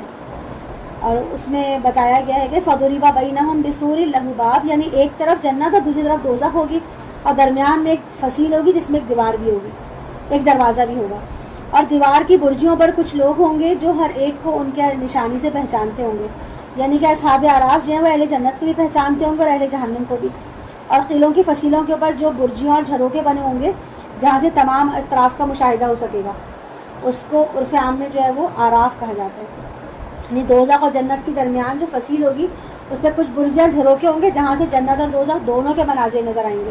ان پر وہ لوگ ہوں گے جو دنیا میں بین کے لوگ تھے، یعنی کہ کسی طرف بھی یکسو نہیں رہے، ان کے اعمال نامے، ان کی نیکیاں اور ان کی بدعمالیاں برابر ہوں گی۔ جب ان کے اعمال کو تولا جائے گا تو ان کے اعمال، نیکیاں اور برائیاں دونوں برابر ہوں گی، جس کی وجہ سے ان کو جہنم اور جنت میں بھیجنے کا فیصلہ جو ہے وہ نہیں ہوا ہوگا اور انہیں اعراف پہ روک دیا جائے گا۔ جب تمام جہنمیوں کا فیصلہ ہو جائے گا کہ وہ جہنم میں جائیں گے اور تمام جنتیوں کا فیصلہ ہو جائے گا کہ وہ جنت میں جائیں گے، اس کے بعد پھر ان کا حساب کیا جائے گا۔ وَنَادَوْا أَصْحَابُ الْجَنَّةِ أَنْ سَلَامٌ عَلَيْكُمْ لَمْ يَدْخُلُوهَا وَهُمْ يُطْعَمُونَ وَهُمْ يَطْمَعُونَ، اور وہ اصحاب اعراف جنت والوں کو پکار کر کہیں گے کہ آپ پر سلامتی ہو، وہ اس جنت میں ابھی داخل نہیں ہوئے ہوں گے مگر انہیں اس کی بہت خواہش ہوگی، یعنی کہ وہ اہل جنت کو دیکھ کر سلام پیش کریں گے، مبارکباد دیں گے، اور ان کی شدید خواہش ہوگی کہ کاش کہ اللہ تعالیٰ انہیں جلد از جلد جنت میں داخل کر دے۔ وَإِذَا صُرِفَتْ أَبْصَارُهُمْ تِلْقَاءَ أَصْحَابِ النَّارِ قَالُوا رَبَّنَا لَا تَجْعَلْنَا مَعَ الْقَوْمِ الظَّالِمِينَ، اور جب ان کی نگاہیں پھیری جائیں گی اہل جہنم کی طرف تو اس وقت وہ کہیں گے کہ اے ہمارے پروردگار ہمیں ان ظالموں کے ساتھ شامل نہ کرنا، یعنی کہ جنت کے نظاروں کے ساتھ ساتھ انہیں جہنم کا نظارہ بھی دکھایا جائے گا کہ دیکھو جہنمیوں کی کیفیت کا مشاہدہ کرو۔ تو یہ لوگ جو ہے وہ خوف اور امید کے عالم میں ہوں گے، انہیں جنت میں داخلے کی امید تو ہوگی لیکن ان کو ساتھ ساتھ یہ خوف بھی ہوگا کہ کہیں ایسا نہ ہو کہ ان کو جہنم میں جھونک دیا جائے، اس لیے جب وہ اہل جنت کی طرف دیکھیں گے تو انہیں سلام کریں گے اور ساتھ ہی ان کے دل میں جنت میں جانے کی امنگ اور تمنا جاگ جائے گی، اور دوسری طرف جب وہ اہل جہنم کو دیں گے تو فریاد کریں گے کہ اللہ ہم پر رحم فرمانا اور ہمیں ان ظالموں کا ساتھی نہ بنانا۔ وَنَادَى أَصْحَابُ الْأَعْرَافِ رِجَالًا يَعْرِفُونَهُمْ بِسِيمَاهُمْ قَالُوا مَا أَغْنَىٰ عَنْكُمْ جَمْعُكُمْ وَمَا كُنتُمْ تَسْتَكْبِرُونَ، اور پکاریں گے اہل اعراف اہل جہنمیوں سے ان لوگوں کو جنہیں وہ پہچانتے ہوں گے، ان کی نشانی سے کہیں گے تمہارے کچھ کام نہ آئی تمہاری جمعیت اور نہ وہ جو کچھ تم تکبر کیا کرتے تھے، کیا یہی وہ لوگ ہیں جن کے بارے میں تم قسمیں کھایا کرتے تھے کہ تمہیں نوازے گا اللہ انہیں اپنی رحمت سے؟ ان سے تو کہہ دیا گیا کہ داخل ہو جاؤ جنت میں، نہ تم پر کوئی خوف ہوگا نہ ہی تم کسی غم سے دوچار ہوگے، یعنی کہ اصحاب اعراف کو جنت والوں میں وہ فقیر صحابہ بھی نظر آئیں گے، فقراء محتاج، جیسے کہ وہاں پر وہ حضرت بلال کو بھی دیکھیں گے، وہاں ان کی نظر حضرت صہیب رومی پر بھی پڑے گی، حضرت یاسر پر بھی پڑے گی، چنانچہ وہ اصحاب جنت کی طرف اشارہ کر کے جہنم میں سے پوچھیں گے کہ کیا یہ وہی لوگ ہیں جن کے بارے میں تم قسمیں کھا کھا کر کہا کرتے تھے کہ ان لوگوں کو اللہ تعالیٰ کسی طرح بھی ہم پر فضیلت نہیں دے سکتا، ان تک اللہ کی کوئی رحمت نہیں پہنچ سکتی، کیونکہ تمہارے زوم میں تو یہ مفلس اور نادار تھے، گھٹیا طبقے سے تعلق رکھتے تھے، گرے پڑے تھے، اور تم جو ہے وہ اپنی دولت حیثیت کے زوم میں طاقت کے عقل میں مبتلا تھے۔ تو اب تم بتاؤ کہ کس کی جو اللہ تعالیٰ نے رکھی ہے عاقبت وہ کیا رکھی ہے، اور ظاہر ہے جو اللہ تعالیٰ کے پر ایمان لانے والے ہیں انہی کا عاقبت جو ہے وہ بہترین ہوگی۔ یعنی اب وہ یہاں بتایا جا رہا ہے کہ ان سے تو کہہ دیا گیا کہ تم جنت میں داخل ہو جاؤ، آپ سوچو گے تمہارا کیا حال ہوگا. ونادى اصحاب النار اصحاب الجنة ان افیضوا علینا من الماء او مما رزقکم اللہ. اور جہنم والے آواز دیں گے جنت والوں کو کہ کسی طرف بھی یکسو نہیں رہے، ان کے اعمال نامے، ان کی نیکیاں اور ان کی بدعمالیاں برابر ہوں گی. جب ان کے اعمال کو تولا جائے گا تو ان کے اعمال، نیکیاں اور برائیاں دونوں برابر ہوں گی، جس کی وجہ سے ان کو جہنم اور جنت میں بھیجنے کا فیصلہ جو ہے وہ نہیں ہوا ہوگا اور انہیں اعراف پہ روک دیا جائے گا. جب تمام جہنمیوں کا فیصلہ ہو جائے گا کہ وہ جہنم میں جائیں گے اور تمام جنتیوں کا فیصلہ ہو جائے گا کہ وہ جنت میں جائیں گے، اس کے بعد پھر ان کا حساب کیا جائے گا. وَنَادَوْا أَصْحَابُ الْجَنَّةِ أَنْ سَلَامٌ عَلَيْكُمْ لَمْ يَدْخُلُوهَا وَهُمْ يَزْعُمُونَ وَهُمْ يَطْمَعُونَ. اور وہ اصحاب اعراف جنت والوں کو پکار کر کہیں گے کہ آپ پر سلامتی ہو. وہ اس جنت میں ابھی داخل نہیں ہوئے ہوں گے مگر انہیں اس کی بہت خواہش ہوگی، یعنی کہ وہ اہل جنت کو دیکھ کر سلام پیش کریں گے، مبارکباد دیں گے اور ان کی شدید خواہش ہوگی کہ کاش کہ اللہ تعالیٰ انہیں جلد از جلد جنت میں داخل کر دے. وَإِذَا صُرِفَتْ أَبْصَارُهُمْ تِلْقَاءَ أَصْحَابِ النَّارِ قَالُوا رَبَّنَا لَا تَجْعَلْنَا مَعَ الْقَوْمِ الظَّالِمِينَ. اور جب ان کی نگاہیں پھیری جائیں گی اہل جہنم کی طرف تو اس وقت وہ کہیں گے کہ اے ہمارے پروردگار، ہمیں ان ظالموں کے ساتھ شامل نہ کرنا. یعنی کہ جنت کے نظاروں کے ساتھ ساتھ انہیں جہنم کا نظارہ بھی دکھایا جائے گا کہ دیکھو جہنمیوں کی کیفیت کا مشاہدہ کرو. تو یہ لوگ جو ہے وہ خوف اور امید کے عالم میں ہوں گے. انہیں جنت میں داخلے کی امید تو ہوگی لیکن ان کو ساتھ ساتھ یہ خوف بھی ہوگا کہ کہیں ایسا نہ ہو کہ ان کو جہنم میں جھونک دیا جائے. اس لیے جب وہ اہل جنت کی طرف دیکھیں گے تو انہیں سلام کریں گے اور ساتھ ہی ان کے دل میں جنت میں جانے کی امنگ اور تمنا جاگ جائے گی. اور دوسری طرف جب وہ اہل جہنم کو دیں گے تو فریاد کریں گے کہ اللہ ہم پر رحم فرمانا اور ہمیں ان ظالموں کا ساتھی نہ بنانا. ونادى أصحاب الأعراف رجالا يعرفونهم بسيماهم قالوا ما أغنى عنكم جمعكم وما كنتم تستكبرون. اور پکاریں گے اہل اعراف اہل جہنمیوں سے ان لوگوں کو جنہیں وہ پہچانتے ہوں گے، ان کی نشانی سے کہیں گے تمہارے کچھ کام نہ آئی تمہاری جمعیت اور نہ وہ جو کچھ تم تکبر کیا کرتے تھے. کیا یہی وہ لوگ ہیں جن کے بارے میں تم قسمیں کھایا کرتے تھے کہ تمہیں نوازے گا اللہ انہیں اپنی رحمت سے؟ ان سے تو کہہ دیا گیا کہ داخل ہو جاؤ جنت میں، نہ تم پر کوئی خوف ہوگا نہ ہی تم کسی غم سے دوچار ہوگے. یعنی کہ اصحاب اعراف کو جنت والوں میں وہ فقیر صحابہ بھی نظر آئیں گے، فقراء محتاج، جیسے کہ وہاں پر وہ حضرت بلال کو بھی دیکھیں گے، وہاں ان کی نظر حضرت صہیب رومی پر بھی پڑے گی، حضرت یاسر پر بھی پڑے گی. چنانچہ وہ اصحاب جنت کی طرف اشارہ کر کے جہنم میں سے پوچھیں گے کہ کیا یہ وہی لوگ ہیں جن کے بارے میں تم قسمیں کھا کر کہا کرتے تھے کہ ان لوگوں کو اللہ تعالیٰ کسی طرح بھی ہم پر فضیلت نہیں دے سکتا، ان تک اللہ کی کوئی رحمت نہیں پہنچ سکتی، کیونکہ تمہارے زوم میں تو یہ مفلس اور نادار تھے، گھٹیا طبقے سے تعلق رکھتے تھے، گرے پڑے تھے، اور تم جو ہے وہ اپنی دولت حیثیت کے زوم میں طاقت کے عقر میں مبتلا تھے. تو اب تم بتاؤ کہ کس کی جو اللہ تعالیٰ نے رکھی ہے عاقبت وہ کیا رکھی ہے. اور ظاہر ہے جو اللہ تعالیٰ کے پر ایمان لانے والے ہیں انہی کا عاقبت جو ہے وہ بہترین ہوگی. یعنی اب وہ یہاں بتایا جا رہا ہے کہ ان سے تو کہہ دیا گیا کہ تم جنت میں داخل ہو جاؤ، آپ سوچو گے تمہارا کیا حال ہوگا. ونادى اصحاب النار اصحاب الجنة ان افیضوا علینا من الماء او مما رزقکم اللہ. اور جہنم والے آواز دیں گے جنت والوں کو کہ کچھ تو پانی بہا دو ہماری طرف، یا اس رزق میں سے کچھ دے دو جو اللہ نے تمہیں دیا ہے. قالوا ان اللہ حرمهما علی الکافرین. وہ کہیں گے اللہ نے حرام کر دی ہے دونوں چیزیں، جنت کا پانی بھی اور رزق بھی، کافروں پر. اہل جنت جواب دیں گے کہ ہم تو شاید یہ چیزیں تم لوگ کو دینا بھی چاہتے، کیونکہ ہماری شرافت سے تو یہ بعید ہی نہیں تھی ہم تمہیں کوڑا جواب دیں، لیکن کیا کریں کہ اللہ نے کافروں کے لیے جنت کی تمام چیزیں حرام کر دی ہیں، لہٰذا اب ہم چاہ کر بھی یہ نعمتیں تمہاری طرف نہیں بھیج سکتے. الذین اتخذوا دینہم لہوا ولعبا وغرتہم الحیاۃ الدنیا. ان کے لیے جنہوں نے اپنے دین کو تماشا اور کھیل بنا لیا اور انہیں دنیا کی زندگی نے دھوکے میں مبتلا کر دیا، لہٰذا آج کے دن ہم بھی انہیں نظر انداز کر دیں گے جیسا کہ انہوں نے اس دن کی ملاقات کو بھلائے رکھا تھا اور جیسا کہ وہ ہماری آیات کا انکار کرتے تھے. ہم لے آئے ہیں ان کے پاس ایک کتاب جس کی ہم نے پوری تفصیل بیان کر دی ہے علم قطعی کی بنیاد پر، ہدایت بھی ہے اور رحمت بھی ہے ان لوگوں کے لیے جو ایمان لائیں. یہ کس چیز کا انتظار کر رہے ہیں سوائے اس حقیقت کے مشاہدے کے، یعنی اب یہ عذاب کے عملی طور پہ ظہور پذیر ہونے کا انتظار کر رہے ہیں کہ اب عذاب ان کے سامنے آ جائے اور عذاب کا دھارا ہے وہ ان کے اوپر چھوٹ پڑے. یہ کس انجام کا انتظار کر رہے ہیں؟ یوم یأتی تعویلہ یقول الذین نسوہ من قبل قد جاءت رسل ربنا بالحق. جس دن اس کے برابر ظاہر ہو جائے گا تو وہ کہیں گے وہ لوگ جنہوں نے پہلے سے نظر انداز کیے رکھا تھا کہ یقیناً ہمارے پروردگار کے رسول حق کے ساتھ آئے تھے. تو کیا اب ہیں ہمارے لیے کوئی شفاعت کرنے والے کہ ہماری شفاعت کریں، یا کوئی صورت کہ ہمیں دنیا میں لوٹا دیا جائے تاکہ ہم عمل کریں اس کے برعکس جو کچھ ہم پہلے کرتے رہے تھے. وہ تو اپنے آپ کو برباد کر چکے، اور جو افطرا وہ کر رہے تھے وہ ان سے گم ہو گیا. یعنی اس دن لوگ جو ہے وہ دنیا میں دوبارہ جانے کی خواہش ظاہر کریں گے، لیکن انہیں دوبارہ کوئی موقع نہیں ملے گا اور نہ ہی اس کا کوئی امکان ہے. ان ربکم اللہ الذی خلق السماوات والارض فی ستۃ ایام ثم استوى علی العرش، بے شک تمہارا پروردگار وہی ہے جس نے زمین آسمان پیدا کیے 6 دنوں میں، پھر وہ عرش پر مستوی ہو گیا. وہ ڈھانپ دیتا ہے رات کو دن پر، یا رات کو ڈھانپ دیتا ہے دن سے، جو اس کے پیچھے لگا آتا ہے دوڑتا ہوا. یعنی دن کے پیچھے رات آتی ہے اور رات کے پیچھے دن آتا ہے. اور اس نے سورج اور چاند اور ستارے پیدا کیے جو اس کے حکم سے اپنے اپنے کاموں میں لگے رہتے ہیں. آگاہ ہو جاؤ، اسی کے لیے ہے خلق اور اسی کے لیے ہے امر. بہت بابرکت ہے اللہ جو تمام جہانوں کا رب ہے. پکارتے رہا کرو اپنے رب کو عاجزی کے ساتھ، چپکے چپکے، یقیناً وہ حد سے گزروانے والوں کو پسند نہیں کرتا. یعنی چیخ چیخ کر بہت بلند آواز میں دعا مانگنے کو اللہ پسند نہیں کرتا. اور زمین میں اس کی اصلاح کے بعد فساد مت مچاؤ، اللہ کو پکارا کرو خوف اور امید کے ساتھ. یعنی کہ اللہ کو پکارنے کے 2 پہلو ہیں کہ اللہ کو جب پکارو تو گڑ گڑاتے ہوئے چپکے چپکے دل میں پکارو، اور ایک طرف تو خوف کا احساس ہو کہ کہیں اللہ پکڑ نہ لے، کہیں سزا نہ دے دے، اور دوسری طرف امید رکھو اس کی مغفرت کی، اس کی رحمت کی. لہٰذا فرمائے کہ اللہ سے دعا کرتے وقت تمہاری دلی اور روحانی کیفیت ان دونوں کے درمیان ہونی چاہیے.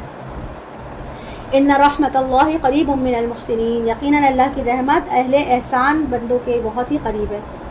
اور وہی ہے جو بھیجتا ہے ہوائیں بشارت دیتی ہوئی اس کی رحمت کے آگے آگے. یعنی کہ ابر رحمت سے پہلے جو ہواؤں کے ٹھنڈے ٹھنڈے جھونکے ہوتے ہیں وہ بشارت دے رہے ہوتے ہیں کہ بارش آنے والی ہے.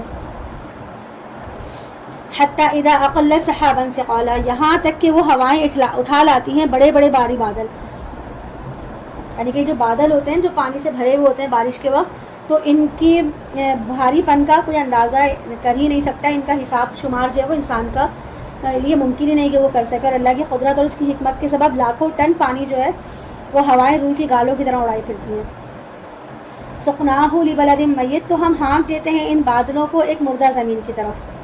اور جب یہ بادل برستے ہیں تو باران رحمت سے جو ہے نا زندگی، ایک زمین کی زندگی جو ہے اس میں نئی نباتات اگتی ہیں، نیا موقع، نیا پھل ان کے اندر آتا ہے. پھر ہم ان سے پانی برساتے ہیں اور پھر ان سے ہر طرح کے میوے نکالتے ہیں. اور اس طرح ہم مردوں کو نکال لائیں گے زمین سے تاکہ تم نصیحت حاصل کرو. اور زرزخیز زمین تو اپنے رب کے حکم سے اپنا سبزہ نکالتی ہے، اور جو زمین خراب ہے جو کچھ نہیں نکالتی مگر کوئی ناقص سی چیز. اس طرح ہم اپنی آیات کو گردش میں لاتے ہیں اور ان لوگوں کے لیے جو ان کی قدر کرتے ہیں. یعنی کہ اللہ تعالیٰ اس قرآن کے ذریعے نشانیوں کو، ان کے پہلوؤں کو بار بار نمایاں کر رہے ہیں تاکہ لوگ ان کو سمجھیں، ان کو پہچانیں، ان کی قدر کریں. اور یہ تصریف جو ہے نا بار بار آیات کو پلٹ پلٹ کے بھیجنا اللہ تعالیٰ کا بہت احسان ہے، بشرطی کہ ہم اس کی قدر کرنے والے بن جائیں. لقد ارسلنا نوحا الى قومه فقال يا قوم اعبدوا الله ما لكم من اله غيره اني اخاف عليكم عذاب يوم عظيم. ہم نے بھیجا تھا نوح علیہ السلام کو اس کی قوم کی طرف، تو اس نے کہا کہ اے میری قوم کے لوگوں اللہ کی بندگی کرو، تمہارا کوئی معبود اس کے سوا نہیں، مجھے تمہارے بارے میں اندیشہ ہے ایک بڑے عذاب کا. آپ کی قوم کے سرداروں نے کہا کہ ہم تو تمہیں کھلی گمراہی میں مبتلا دیکھ رہے ہیں. آپ نے کہا کہ اے میری قوم کے لوگوں میں کسی گمراہی میں مبتلا نہیں ہوں، بلکہ میں تو رسول ہوں تمام جہانوں کے پروردگار کی طرف سے. میں تو تمہیں پہنچا رہا ہوں اپنے رب کے پیغامات، اور میں تمہاری خیر خواہی کر رہا ہوں، اور میں اللہ کی طرف سے وہ کچھ جانتا ہوں جو تمہیں معلوم نہیں ہے. کیا تمہیں اس بات پر تعجب ہوا کہ تمہارے پاس تمہارے رب کی طرف سے ایک یاد دہانی تمہیں میں سے ایک فرد کے ذریعے آئی تاکہ وہ تمہیں خبردار کرے اور تم گناہوں سے بچ سکو اور تم پر رحم کیا جائے؟ تو انہوں نے اس کو جھٹلا دیا تو بچا لیا ہم نے اس کو اور جو اس کے ساتھی تھے کشتی میں، اور ہم نے غرق کر دیا ان لوگوں کو جنہوں نے ہماری آیت کو جھٹلایا. یقیناً وہ اندھے تھے. یعنی کہ انہوں نے آنکھیں ہونے کے باوجود اللہ کی نشانیوں کو دیکھنے کے باوجود حق کو پہچاننے سے انکار کر دیا. اور حضرت نوح علیہ السلام کے جو ساتھی تھے اہل ایمان، وہ بہت ہی کم لوگ تھے، اور آپ نے 950 سال تک اپنی قوم کو دعوت دی. اس کے باوجود بہت تھوڑے لوگ تھے جو ایمان لائے تھے اور آپ کی کشتی میں سیلاب سے محفوظ رہے. آپ کے 3 بیٹوں میں سے حضرت سام کے اولاد میں سے عاد نام کا ایک سردار بڑے مشہور ہوئے، پھر انہی کے نام سے جو ہے وہ قوم عاد وجود میں ہے. اس قوم کا آگے تذکرہ ہے. وَإِلَىٰ عَادٍ أَخَاهُمْ هُودًا قَالَ يَا قَوْمِ اعْبُدُوا اللَّهَ مَا لَكُم مِّنْ إِلَٰهٍ غَيْرُهُ أَفَلَا تَتَّقُونَ. اور قوم عاد کی طرف ہم نے ان کے بھائی ہود کو بھیجا. اس نے کہا اے میری قوم کے لوگوں اللہ کی بندگی کرو، تمہارا کوئی الہ نہیں اس کے سوا، یعنی اللہ کے سوا، تو کیا تم لوگ ڈرتے نہیں ہو؟ آپ کے قوم کے سرداروں نے جنہوں نے انکار کیا تھا کہا کہ ہم تو تمہیں کسی حماقت میں مبتلا پاتے ہیں اور ہم تم کو جھوٹوں میں سے گمان کرتے ہیں. آپ علیہ السلام نے کہا کہ اے میری قوم کے لوگوں مجھ پر کوئی حماقت طاری نہیں ہوئی، بلکہ میں تو رسول ہوں تمام جہانوں کے پروردگار کا. میں تو اپنے پروردگار کے پیغامات تمہیں پہنچا رہا ہوں اور تمہارا دیانتدار خیر خواہ ہوں. کیا تمہیں تعجب ہے اس بات پر کہ تمہارے پاس تمہارے رب کی طرف سے نصیحت آ گئی تمہیں میں سے ایک شخص کے ذریعے تاکہ وہ تمہیں خبردار کرے. اور ذرا یاد کرو جب اللہ نے قوم نوح کے بعد اس کا جانشین بنایا اور تمہیں جسمانی اعتبار سے بڑی کشادگی عطا فرمائی تو اللہ کے احسانات کو یاد کرو تاکہ تم فلاح پاؤ. انہوں نے کہا اے ہود کیا تم ہمارے پاس اس لیے آئے ہو کہ ہم صرف اللہ کی بندگی کریں جو اکیلا ہے اور ہم چھوڑ بیٹھے ان کو جن کو پوچھتے ہیں ہمارے آباء و اجداد, تو ہم پر لے آؤ وہ عذاب جس کی تم ہمیں دھمکی دے رہے ہو. ہود علیہ السلام نے فرمایا تم پر تمہارے رب کی طرف سے عذاب اور اس کا غضب واقع ہو ہی چکا ہے. کیا تم مجھ سے جھگڑ رہے ہو ان ناموں کے بارے میں جو تم نے اور تمہارے آباء و اجداد نے رکھ لیے تھے؟ اللہ نے اس کے لیے کوئی سند نہیں اتاری تو ٹھیک ہے تم بھی انتظار کرو میں بھی تمہارے ساتھ انتظار کرنے والوں میں ہوں.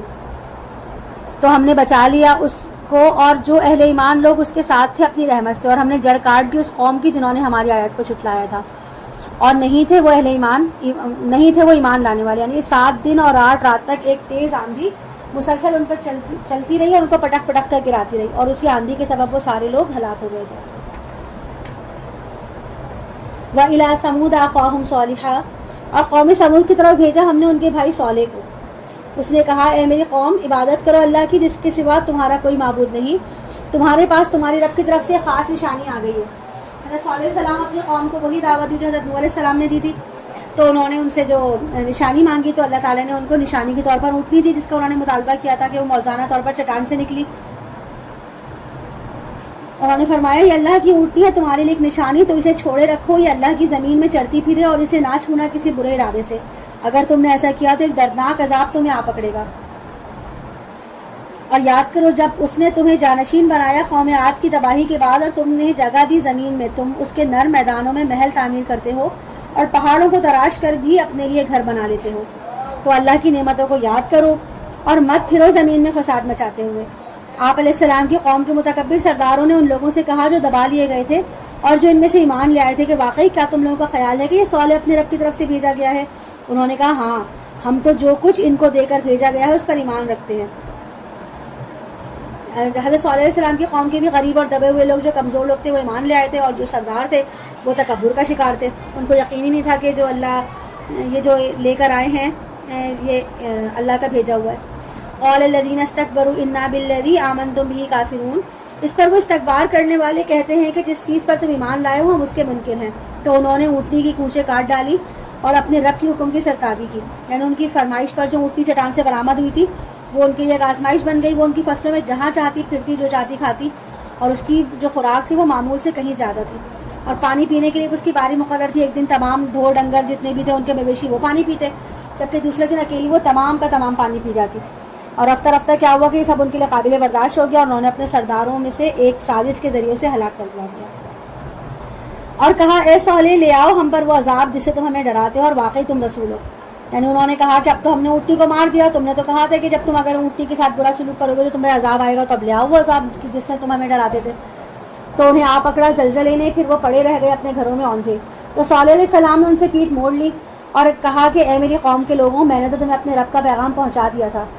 میں نے تو ہر صورت تمہاری خیر خواہی کی لیکن تم خیر خواہوں کو پسند ہی نہیں کرتے. جس کے بعد آ کے لوط علیہ السلام کا ذکر آ رہا ہے. لوط علیہ السلام کی جو قوم تھی وہ بہت ہی خبیث قسم کی جنسی اختلاط میں مبتلا تھی جس کی وجہ سے ان پر عذاب آیا تھا. وَلُوطًا إِذْ قَالَ لِقَوْمِهِ أَتَأْتُونَ الْفَاحِشَةَ مَا سَبَقَكُم بِهَا مِنْ أَحَدٍ مِنَ الْعَالَمِينَ. اور لوط کو بھیجا ہم نے جب اس نے کہا اپنی قوم سے کیا تم ایسی بے حیائی کا ارتکاب کرتے ہو جو تم سے پہلے تمام جہانوں والوں میں سے کسی نے بھی نہیں کی. یعنی کہ اتنا شرمناک فعل جو ہومو سیکشل میں تم مبتلا ہو جو تم سے پہلے کسی نے بھی نہیں کیا. تم مردوں کا رخ کرتے ہو شہوت کے ساتھ عورتوں کو چھوڑ کر, بلکہ تم تو ہو ہی حد سے آگے بڑھ جانے والی قوم. تو نہیں تھا اس کی قوم کا کوئی جواب سوائے اس کے کہ انہوں نے کہا کہ نکالو ان کو اپنی بستی سے, یہ لوگ بڑے پاکباز بنتے ہیں. تو ہم نے نجات دی لوط علیہ السلام کو اور اس کے گھر والوں کو سوائے اس کی بیوی کے, وہ ہو گئی پیچھے رہنے والوں میں سے. اور ہم نے برسائی ان پر ایک بارش, تو دیکھو کیا انجام ہوا مجرموں کا. یہ پتھروں کی بارش تھی اور شدید زلزلہ تھا جس سے ان کی جو بستیاں تھیں وہ الٹ کر بحر مردار جو ڈیڈ سی ہے اس کے اندر دفن ہو گئی.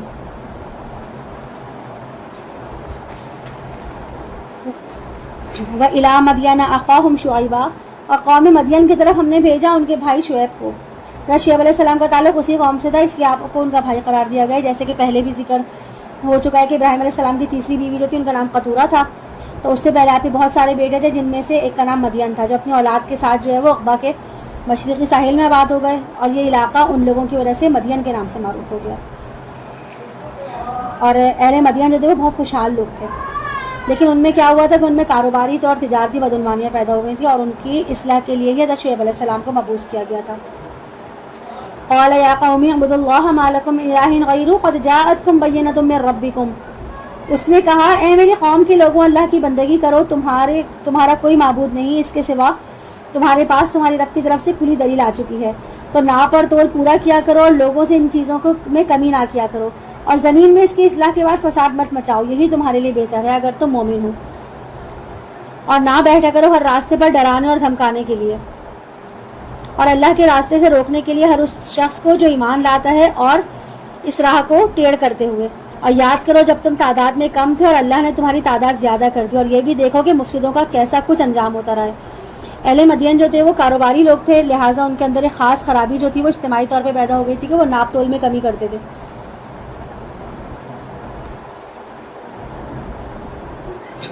تو اس کی وجہ سے جو ہے ان کے اندر جو برائیاں پیدا ہو گئی تھیں، اور اس کے علاوہ وہ دوسرا کام کیا کرتے تھے کہ ناپ تول میں کمی کرنے کے ساتھ ساتھ وہ راہزنی بھی کرتے تھے، چوری ڈکیتی کرتے تھے، اور تجارتی قافلوں کو ڈرا دھمکا کر ان سے بھتے وصول کرتے تھے، اور ان کی ان حرکات سے بھی حضرت شعیب علیہ السلام نے ان کو منع کیا تھا۔ وَإِن كَانَ طَائِفَةٌ مِّنكُمْ آمَنُوا بِالَّذِي أُرْسِلْتُ بِهِ وَطَائِفَةٌ لَّمْ يُؤْمِنُوا فَاصْبِرُوا حَتَّى يَحْكُمَ اللَّهُ بَيْنَنَا وَهُوَ خَيْرُ الْحَاكِمِينَ،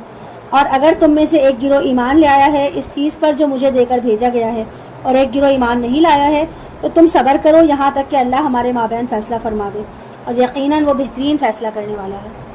یہاں الحمدللہ 8 پارہ کمپلیٹ ہوا۔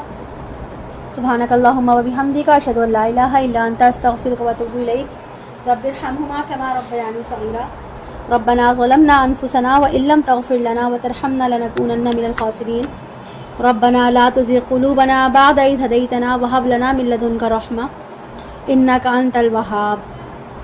اللہم ارنا الحق حقا وارزقنا اتباعہ وارنا الباطل باطلا وارزقنا اجتنابہ۔ اے اللہ ہمیں سے تمام گناہوں سے بچا لے